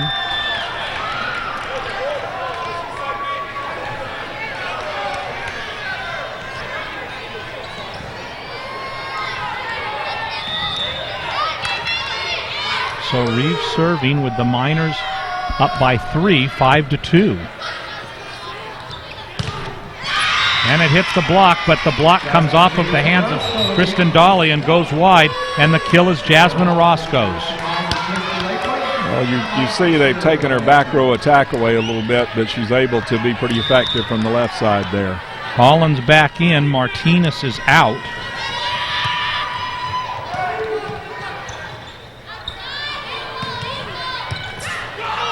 And it falls. So the Miners with a break as Jessica Thomas can't quite dig it.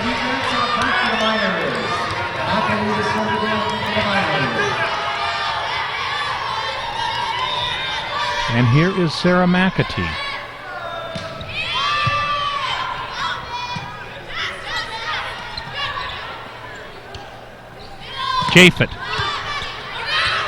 Japhett again, can't quite dunk it down, and now here comes the opportunity. Orozco goes into the net.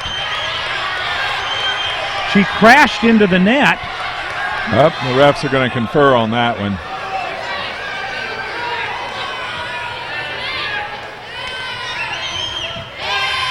They call the block was effective. They're going to call she didn't come off the net.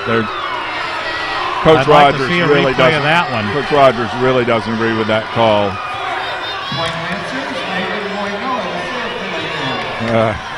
Hand to his head on that one. That would seem pretty egregious.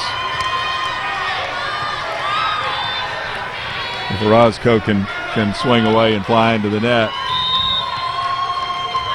So a break for the Lancers. But a nice kill by Kristen Dolly. And let's take a look at that point. Two for Dolly. Here we go. There it is. She flies in. She touches the top of the tape there, and it comes off the block. Ed, what's the call there? Well, apparently tooling it off the block was enough. The follow through doesn't matter. Miraldi.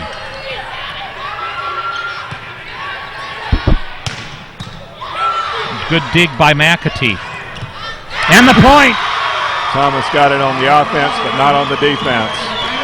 So it's Nevada Union who is ahead by 4 here in Game 4. Lex Moser serving for the Miners.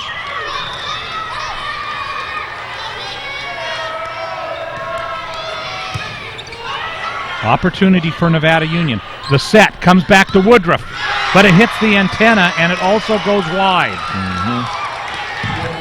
Now the offense is not as organized for the Lancers here in Game 4, and Nevada Union's got to capitalize on that. Jasmine Orozco having a strong contest, serving for the Lancers. Oh, and a good opportunity. And Jessica Thomas hits it right between the block on a ball that seemed lost.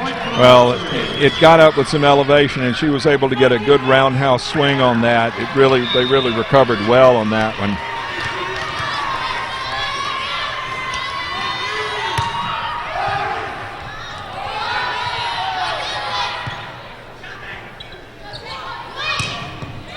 Oh, good dig by Moser.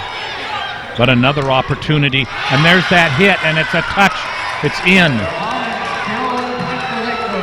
So the lead is now cut to 1, 8-7 in favor of Nevada Union. Jasmine Orozco on a 3-point run here. Not.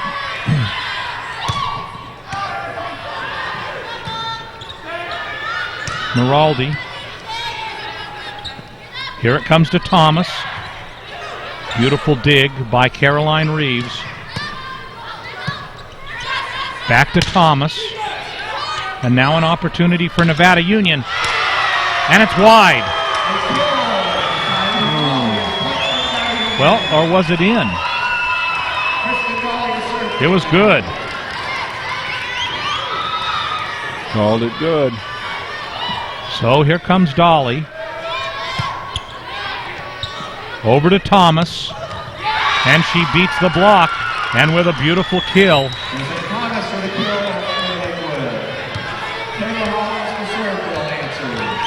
Taylor Hollins.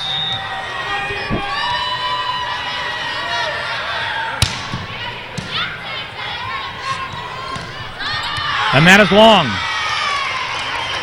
So Maraldi with the attempted kill, but instead it sails long, and we are tied at 9. Very athletic serve there by Hollins. And an ace. Hollins gets it at just the right time. And the Lancers have their first lead of game 4.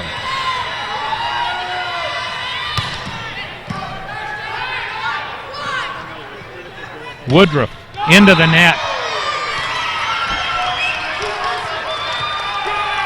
And those types of errors are killers, Ed. You don't want to see the Miners beat themselves here. Back to the huddle. Really get over there and not leave a gap on their left side hitters. That's where they're causing us trouble. Okay. The other thing is when we get an off play, everybody be ready to move in and make a quick play. Really, really aggressively. Also, remember what we talked about earlier about if the ball is up there, a perfect set even. If you come up at the net really aggressively, their diggers are way back. So especially from the outside, you can tip the ball in, especially into the middle. But they're really hanging back on you. If you come up slowly, they're going to read it. If you come up aggressively, you can tip on them. That was a great job on the one that you got that time. Let's keep shutting that off, and then all we have to worry about is their left side hitters. Okay, come on, here we go. And that's something we've seen the left side hitters very effective here in game 4. So now the Miners trailing by 2. They had led by 4 moments ago, 8-4, and now trailing 11-9. Here's Hollins. Maraldi. Thomas. And it's in. McAtee dove for it there, but it was just long enough to stay inside.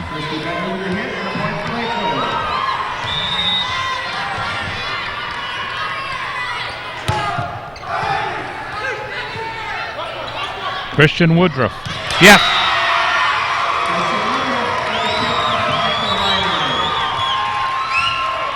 Martinez to check back in. And Hollins comes out. Christian Woodruff.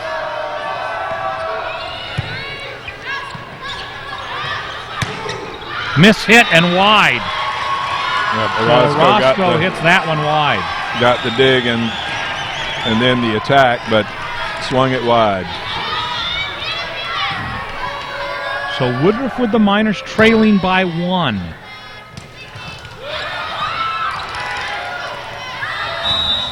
And that double hit is called on Kylie Maraldi. Trying to just push the ball over and got called.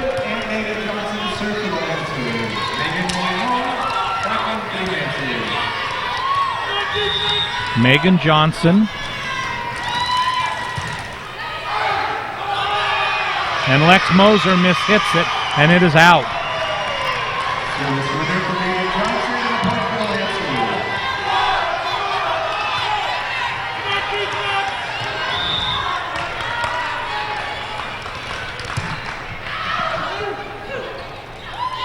Sarah McAtee.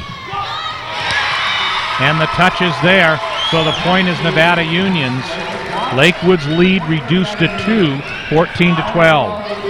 Able to hit it off the top of the block, and Johnson had come up from the service line and wasn't able to get up with the ball.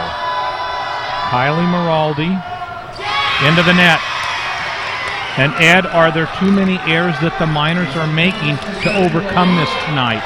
Well, the service errors and really their passing hasn't been as crisp as it's got to be in this situation. And the kill is there for Japhet. They've got to turn the tide here and take the momentum of this match over, Ed, or it's going to slip away. That's it. They're within 2, but they can't continue to trail. They've got to get the momentum if they're going to hope to prevail.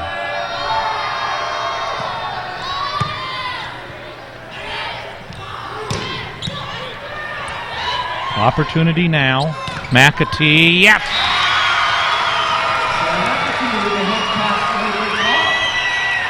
They need to kick it into, let's call it Davis gear, because in that Davis match, it was by far their best match, and they're going to need to change gears and get right into that mode. They played well against the Hay Baylors, better against Homestead, but that Davis match is where it was at, and now they're going to need to really do it. And there's the block, and there's the tie.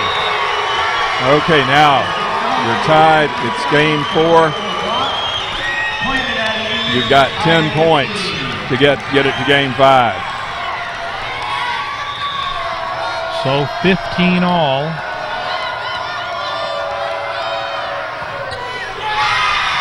And hit into the net.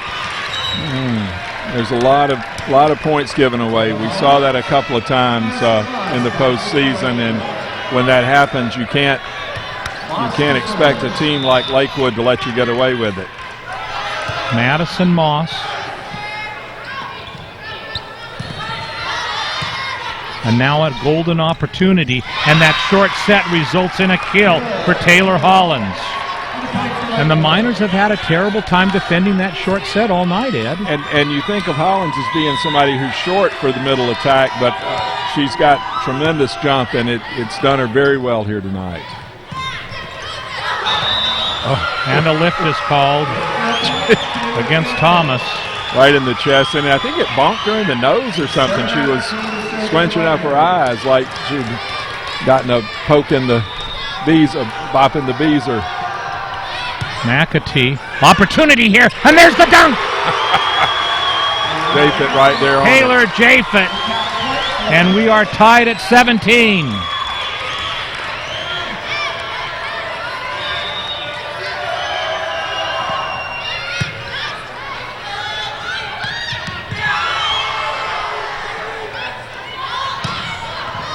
And the kill. They can't quite make it over the hunt. Okay, here we go. When we see it comes over there, tipped over. Yep. Japhet able to catch the ball right as it came in. Yeah, we see Jessica Thomas still sort of favoring her nose there. Miners just can't quite reclaim the lead. McAtee out. Oh, not by much. Just had a good swing there and a little long. 19-17. So Moanoa has gotten the Lancers back to a 2-point lead, and there's the dunk by Christian Woodruff. Well, they're not putting a digger up behind the block there. Woodruff's had a couple of those work for her. And so Moser with her biggest sequence of the season, here serving for the Miners. But there's the kill.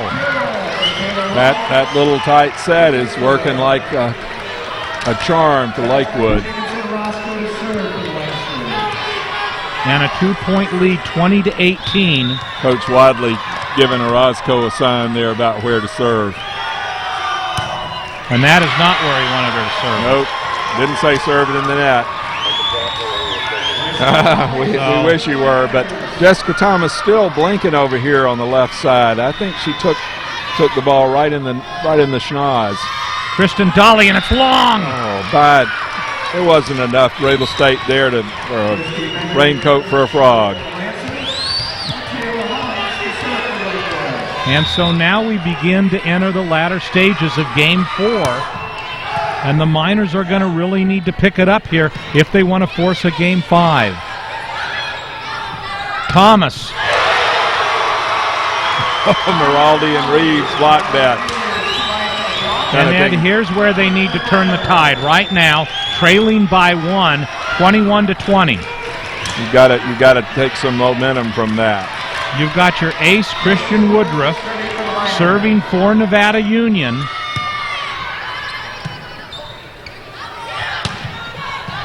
Nice dig. Miraldi. Short set again. And Lex Moser cannot dig it. That was, yeah, Kulig was able to get an arm on that and get it over, so Monoa back in. And the Miners desperately in need of a side out in this situation. They've got to have it. Here's McAtee. Don't want to trail by 3 in this situation. There's Thomas. that short set again. Miraldi, and she is stuffed at the net by Kirsty Bender. And now the Lancers firmly in the driver's seat, 23-20. Megan Johnson serving. And Miraldi with the kill. All the way to the scorer's table there. So let's set it for you. Miners trailing by 2. Kylie Miraldi back to serve. And Hannah Baker is going to come in to serve for the Miners. Ed, what do you think of this strategy? Well, Hannah Baker is as effective a server as you'll get, and this is a moment where having Kylie Miraldi in the back row is not necessarily going to do you that much good. So Baker's serve for her, serve for Kristen Dolly. It's a good time to put her in.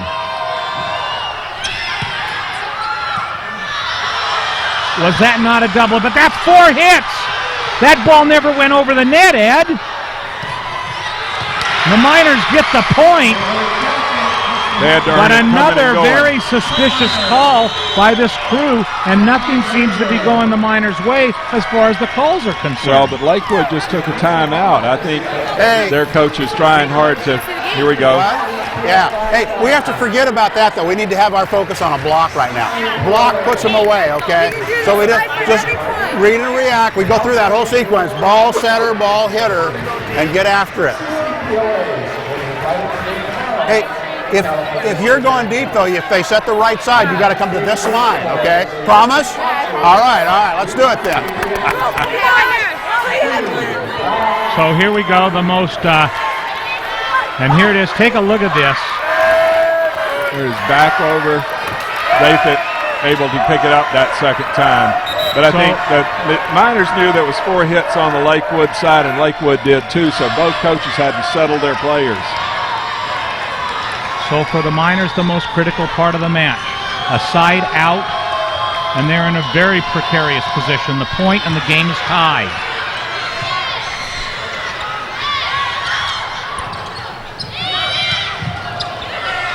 And it falls!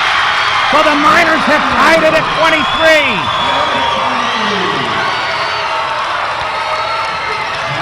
Hannah Baker has come in and pulled this game even. She's got a floater with a lot of speed on it, and it's very hard to play. Can Baker do it?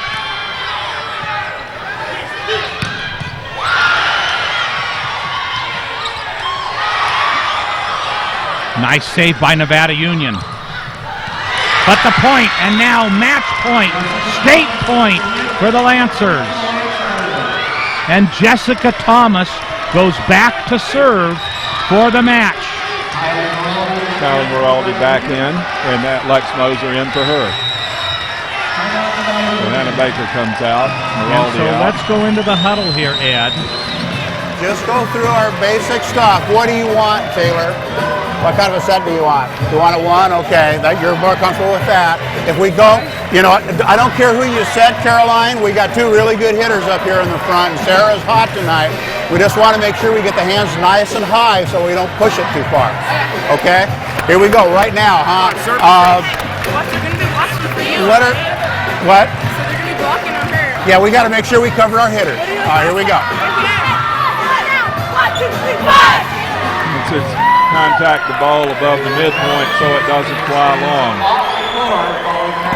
So here it is, the Miners' backs against the wall as firmly as it has been this season.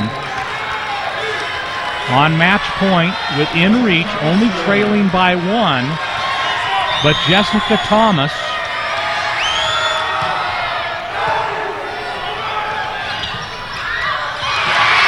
and there's 4 hits. So we are tied at 24 on what looked like a good opportunity for the Lancers. And here is Caroline Reeves. Tied at 24. And the kill is there for Megan Moyana. Came in low on Reeves there. hip high. And so now it's Madison Moss at State Point. Everyone on their feet on the Nevada Union sidelines. There's the set for Japhet. But it's over. That'll be a fourth hit, and it's the Lancers State Championship.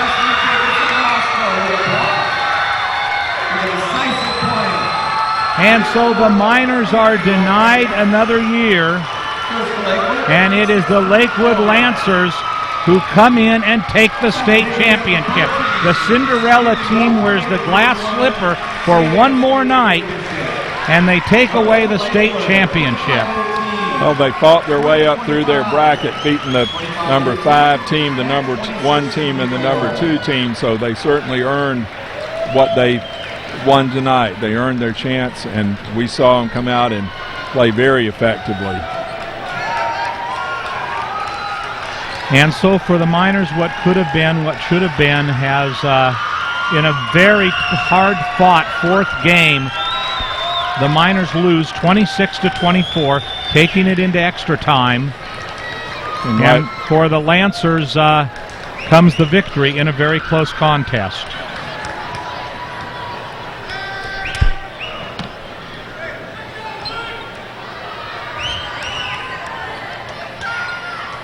And for the Miners, let's put it in perspective here. Nevada Union has had an excellent season in which they went through their league, in which they were able to prevail in sectionals, in which they also took NorCal's, and here they are denied in 4 games tonight here at San Jose State. You'll turn yourself off. And so they will, Steve Pilcher goes out onto the floor. And they will recognize the Miners first. And now let's recognize tonight's runner-up team in Division I CIF State Volleyball for this year. And there they are. The goal was to make it to states, but the disappointment for the Miners has to be very severe at this point. This was a game that they came in wanting to win, hoping that the third time would be a charm. The third time in this game in 5 years. And although they have come up empty, this was an excellent squad of character and individuals who made this indeed a magical season. Well, a very strong senior class, along with Taylor Japhet. Taylor Japhet is a new team member. Lex Moser. Number 4, Kristen Dolly.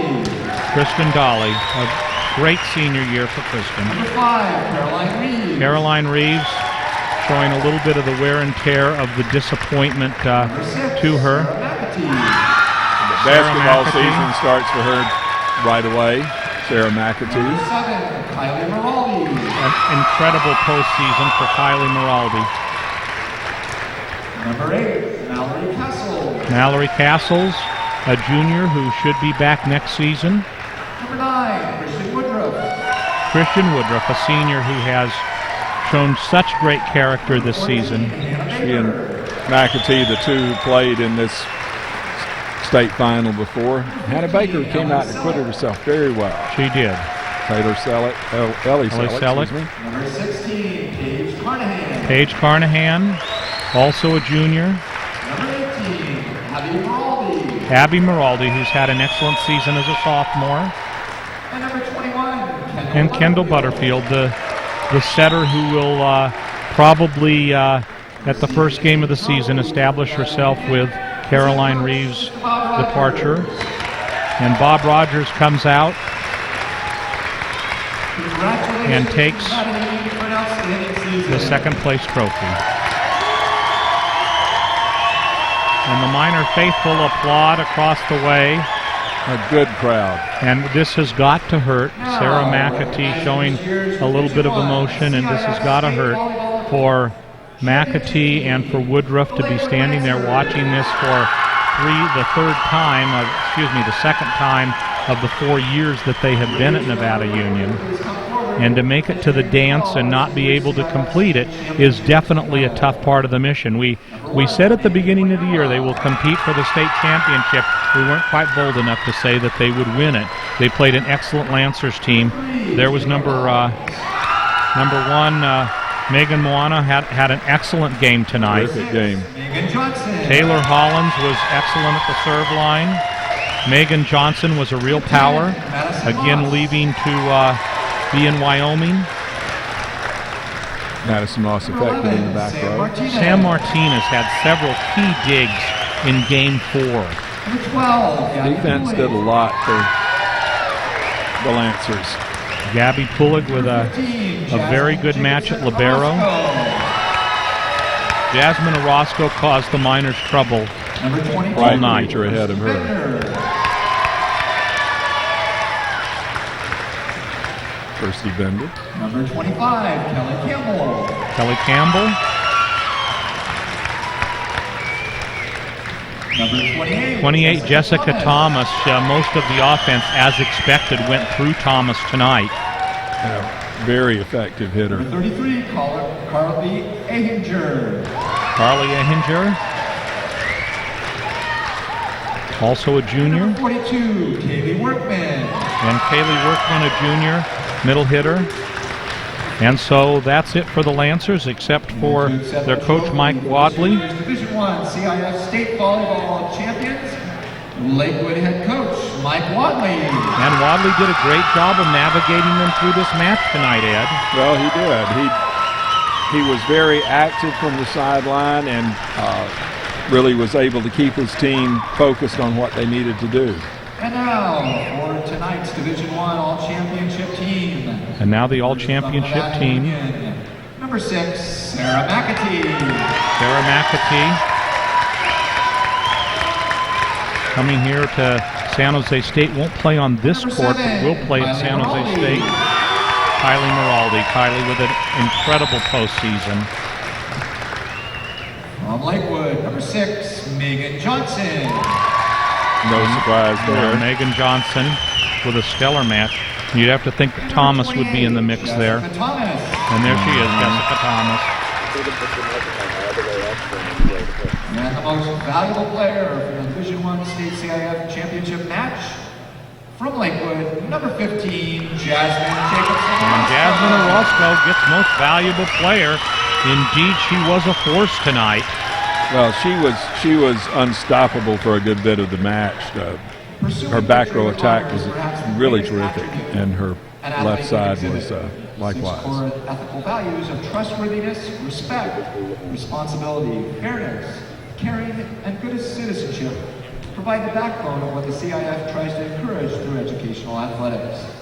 And pursuing victory with honor winners from this match are, first, from Nevada Union. This player is described as courteous and friendly to all, a positive influence on all her teammates. Character and coaches. award. She's cheerful and positive no matter how boring practice might be. She has cheerfully accepted multiple new position assignments on the team. From Nevada Union, Kristen Dolly. Kristen Dolly wins the Character Award for Nevada Union.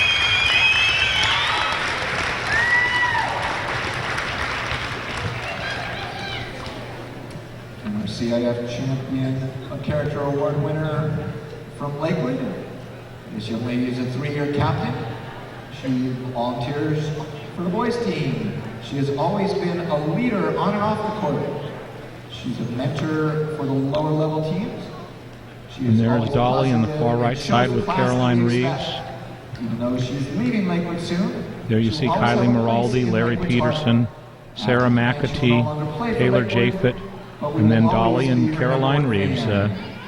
For some of them, the last time we will see them in a Miners volleyball uniform. And Megan Johnson, the champion of character for the winning team, as we set off to Wyoming. 1, 2, 3. Congratulations to both teams for an outstanding season. Parents and fans, please go to the top of your team's cheering section and meet your team's players and coaches. Do not come down to the floor. Thank you, ladies and gentlemen, for your attendance this evening. And so we will go to the post-game press conference, And please drive home safely. and we will give you wall-to-wall coverage. We will be back there for the press conference, and maybe what we can do is get some of the final mention. We're going to get a few. We'll get a few of the. Yep, Northern Home Medical, Rudy Antonucci and Dean Moraldi offer you a complete line of home medical products to keep you independent. So why choose another company that takes its profits out of Nevada County when Northern Home Medical can supply you with all your home medical needs, work with your insurance and Medi-Cal, and give back to our community? It's all at Northern Home Medical, proud sponsors of Lady Miner Volleyball. Hills Flat Lumber Company, there's an old saying, if you give a man a fish, you'll feed him for a day, but if you teach a man to fish, you'll feed him for a lifetime. It is with that spirit that the Pardini family has given the Colfax Falcons a snow cone machine and other equipment so they can create their own fundraising opportunities there by supporting the sports program for years to come. The Hills Flat Lumber Company is proud to be your neighbor and friend in Colfax and Grass Valley. And Grass Valley Ford, Lincoln, Mercury, and Nissan. Family owned and operated right here in Grass Valley for the past 25 years. Grass Valley Ford, Lincoln, Mercury, Nissan carries the full line of Mercuries and Nissans as well as Ford products. The Nirandi family has always supported high school sports throughout the foothills and is proud to present Lady Miner Volleyball on the Game of the Week. That's Grass Valley Ford, Lincoln, Mercury, and Nissan. And by A&A Physical Therapy. Physical therapist Walt Abbey is a huge Lady Miner fan and has been working with Nevada Union Athletics for over 20 years. A&A specializes in jumping and agility training, what they call plyometrics. This year, Walt celebrates 25 years of serving you and offers physical treatment for all ages and sizes. Works with your insurance and Medicare. At A&A Physical Therapy, Walt says, "Go Lady Miners." And by Plaza Tire and Auto Service. Plaza Tire is the official auto repair facility of your NorCal Game of the Week, and they've been voted Nevada County's best for the past 7 years. Mark and Mike know how important it is for us to get to every game. So when the Commander 2 is down, they get her back on the road quickly so you don't miss a single NU Miner game. Plaza Tire and Auto Service, professional auto repair done on your schedule, not theirs. And Francis Cento and Graziano, LLP. At Francis Cento and Graziano, they specialize in making your business grow. They're certified public accountants and business consultants all rolled into one. And now that tax season is here, it's time to make an appointment at either location in Auburn or Grass Valley. It's taxes made easy and business plans that hit their mark at Francis Cento and Graziano, where they have an eye on your future. And Touchdown Productions, celebrating a decade of local sports television. This is Ed Martin for Jim Adams, bringing you all the Lady Miner volleyball action tonight. And we'll go now to the press conference. Your cell phone ringers off for the next 5 minutes or so we can do this. That'd be great. Thank you very much.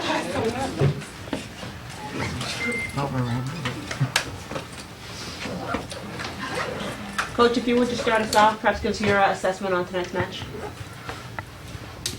Well, I thought the difference was just a few unfortunate errors, and unfortunately we had a few more than the other guys. Other than that, it looked pretty much like a toss-up to me. I think our block worked very well, got us the second game, and I don't know, I haven't seen the stats yet, but I think we missed a few more serves than we'd like to. All in all, I thought our effort and hustle was every bit as good as we've seen from high school volleyball, and so was our opponent. And I'm ready to take questions. Okay. You've been to the state finals 3 times now. 3 times you've come out and you've played competitively with the other team. Are you starting to get frustrated that one of these hasn't gone your way? Because you're right, I mean, this is a few points here and there, and it's a minor win, but you know, it doesn't. This is our 3rd time in the finals. All of them have gone 4 games, as you noted. All of them could easily have gone 5. There was another year where we had an injury and missed the finals by, I think, Larry and I remember 2 rounds, where we had an excellent team that year, and the team that we gave a lot of trouble easily won. So, so really, we're right knocking on the door at least 4 times, and I have no complaints. I'm not frustrated. I think it's great, the achievement we've made. And we've had an incredible season and came that close to topping it off with the state championship. Seems like in a match like this where it's kind of close, how tough was it not to have the momentum? You know, usually I've seen you guys, for the times I've seen you guys play, you guys have been able just to hit runs and sustain them this time. I don't remember any long runs like we've seen in some matches. Against some opponents, we've been lucky to get some longer runs, but these guys did a very good job digging. I thought their setter was great. She recovered some balls and bumped them and got them right up where their hitters had a pretty good swing.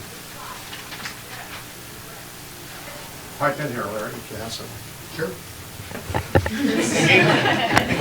I thought it was really fun, and Lakewood's a tremendous team.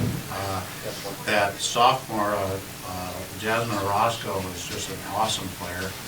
And, you know, we played pretty well.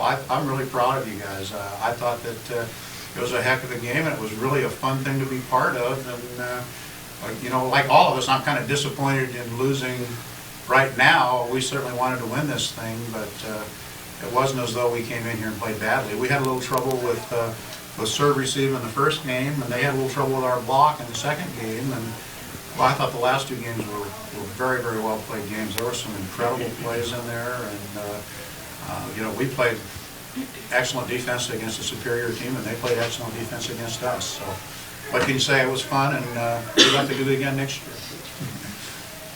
John, back to your question, frustrated that we're here 3 times. I think I'd rather be here 3 times and play well than win it once. Yeah, we played well every time we've gone to the state tournament. So this has been a special team for us because these kids, 5 of our kids have been with us, you know, for 3 years now on the varsity. We started out with a really young team, and we've come a long way together. So. When were your prior appearances in the state finals?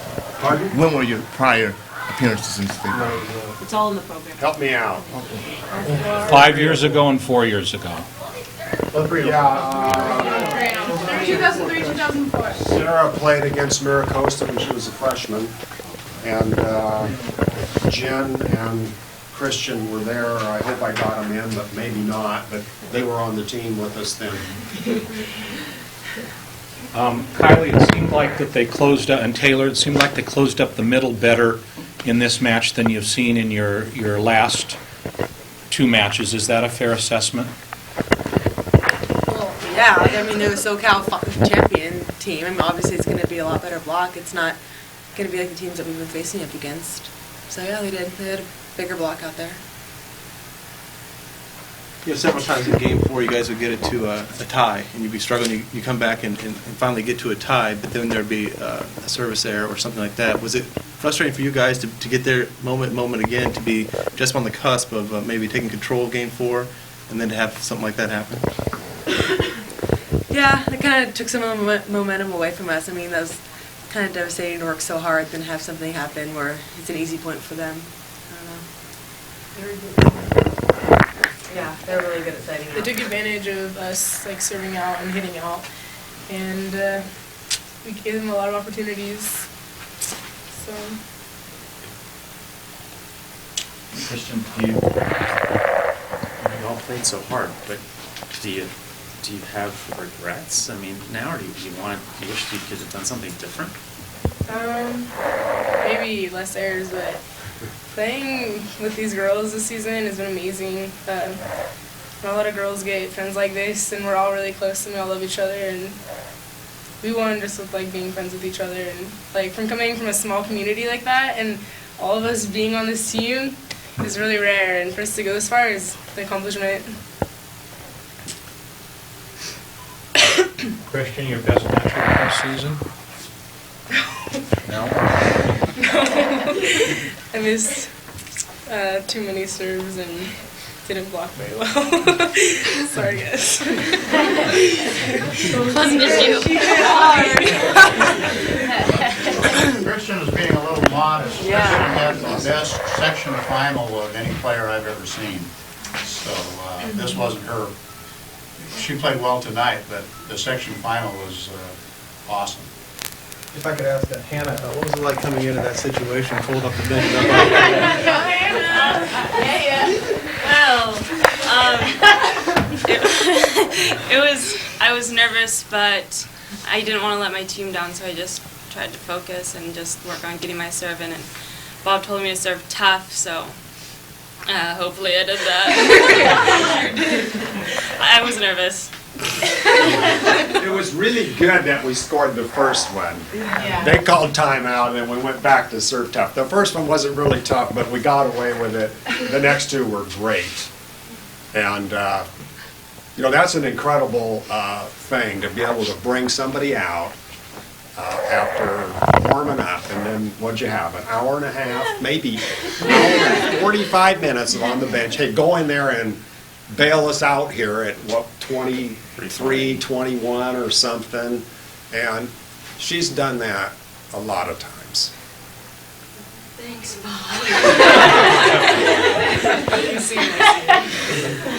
Taylor, when you moved into this area from Roseville for this season, did you ever envision that it could have been like this? Oh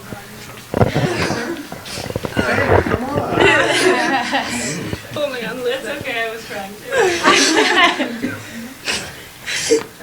I can't talk. I don't know. Personally, I feel like out of everyone on this team, I think Taylor had like the biggest shoes to fill. I mean, coming from Caroline, who was our middle our previous season, you know, having Jen set for us, and then having her unfortunate injury, and having Taylor come in, it was almost as if nothing even happened. Like if Caroline hadn't been like replaced, like she fit so well with her team, character-wise, like ability-wise. She just stepped up and played probably one of the best games. I mean, I don't even know. We're so also proud of her.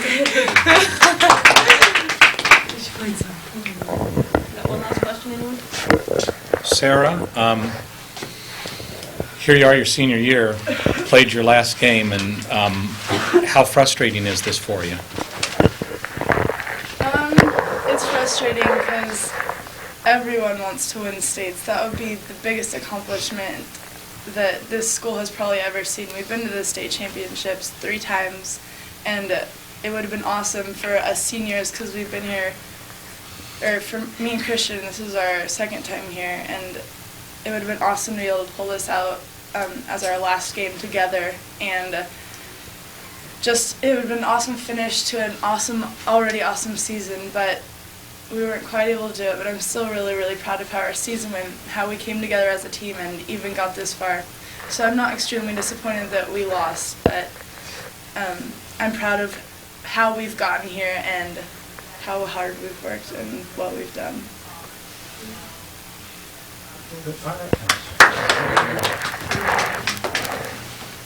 It seemed to me when you were able to get like a one big block or one big kill, it just seemed like you couldn't sustain, I guess, any rhythm for yourself. Is that a fair assessment or outlook of how the match went when you were making play, you just couldn't come back and just, come back with another one that would just string some points along for your team? I thought they blocked well against you today. I don't think any one person can carry this team, especially with the other team being as good as they were, and I didn't expect any one person to stand out, especially myself. In terms of like energy-wise, I think when you get in that in those really intense rallies where it's going back and forth, I really think that anyone on this team can put it away, and our middles did an awesome job of doing that. Christian did an awesome job of doing that, and I was really proud of how we did that. All right, go ahead and end it there. Ladies, thank you very much. Congratulations. Do you leave right now, or can you put shirts on, or take your shoes off? You can do all that stuff.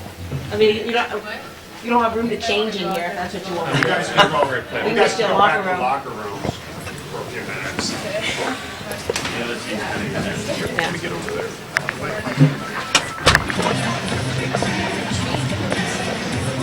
Okay, time to move the press on out, and we'll go back here to courtside where the Division II teams are warming up for the final match of the evening, the Archbishop Mitty Monarchs, and team that's familiar, the Mira Costa Mustangs, but we got we saw the Lakewood Lancers come by with ribbons and trophies, and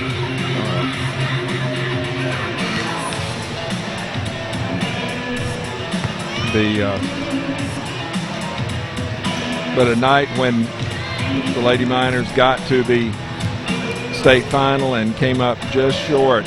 But you saw good spirits there in the press conference. I think they knew the accomplishment of getting to this match and taking it to 4, and just all they did this season. It's not the sort of thing you say, well, we didn't do anything. They had 44-4. They powered through the postseason, and to come up short at this point, and hundreds of fans here. Just a terrific afternoon for the team. And one of the things I was really impressed with, Hannah Baker, hour and 45 minutes in the match. Get up off the bench, get in there and serve. You've got to do this. And she answered the bell. Really terrific showing. I'm so impressed with this team. And I can't say, Ed, that there was not disappointment in that room.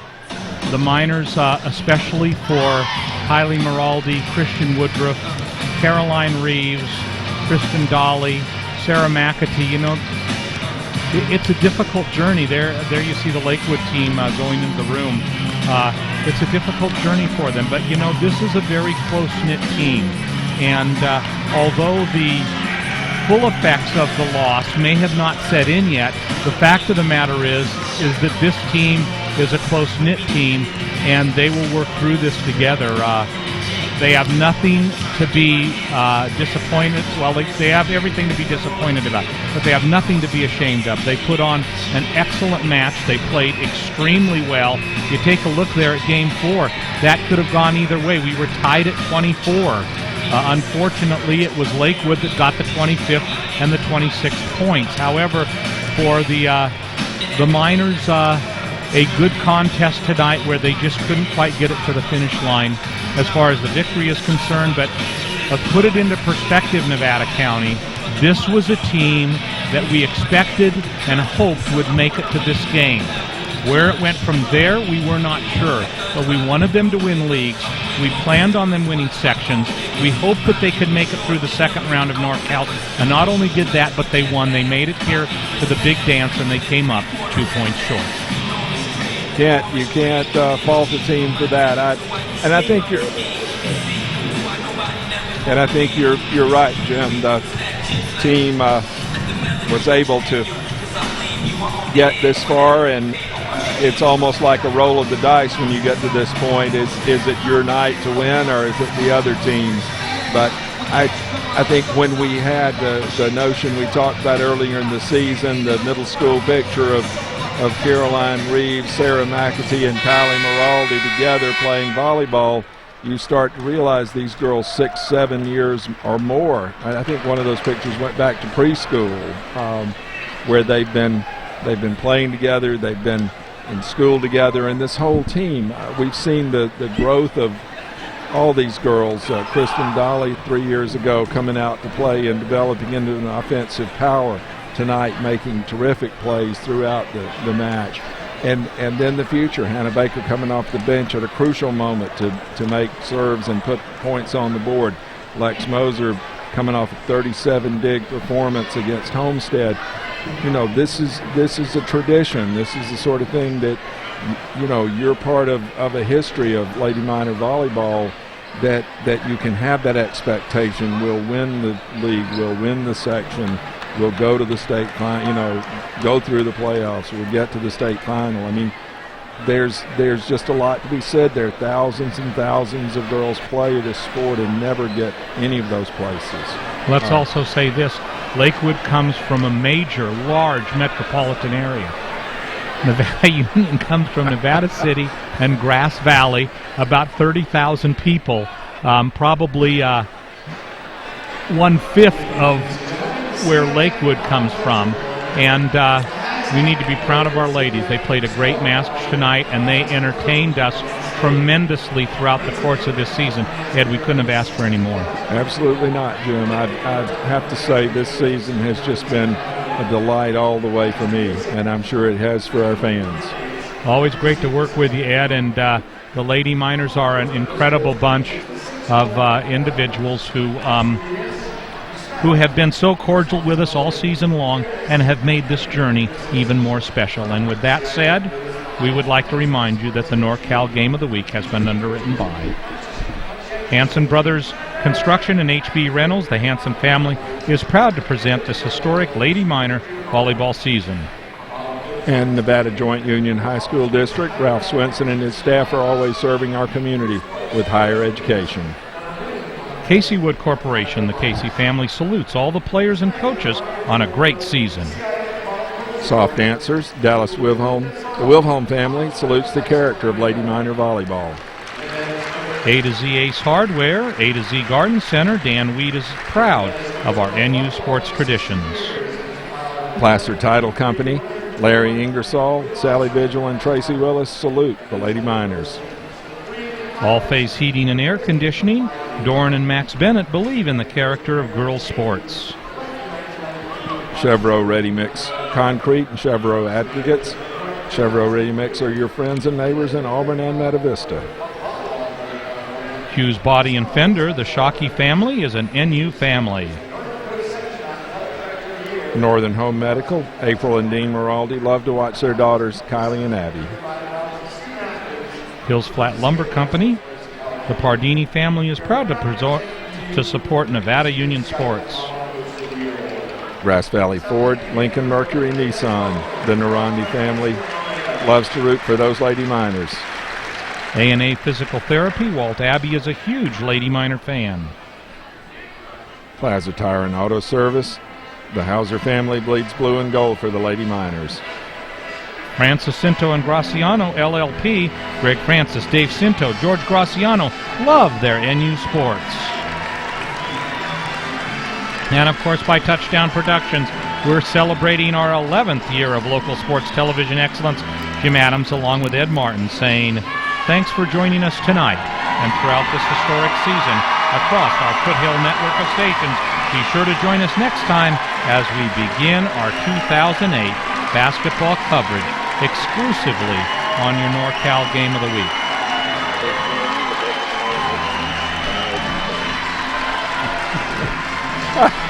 Well, you know, I think it's fair to say this. We'd like to express our. You're trying to get a. Are you going to hang yourself there, Ed? We'd like to tell you what a pleasure it's been to bring these games to you this season. This has been a magical season for Nevada Union. It has been such a pleasure to be able to commentate these for you. This is an incredible bunch of ladies who have served us very proud. There's no other way to get around it. They are an exceptional team, and they have played through the gamut. One of only 2 D1 teams to play into December. And for Nevada Union tonight, what an exhibition they put on. But how much we enjoyed that run this season through the league championships, sectionals, and regionals. Ed, just an excellent bunch of ladies.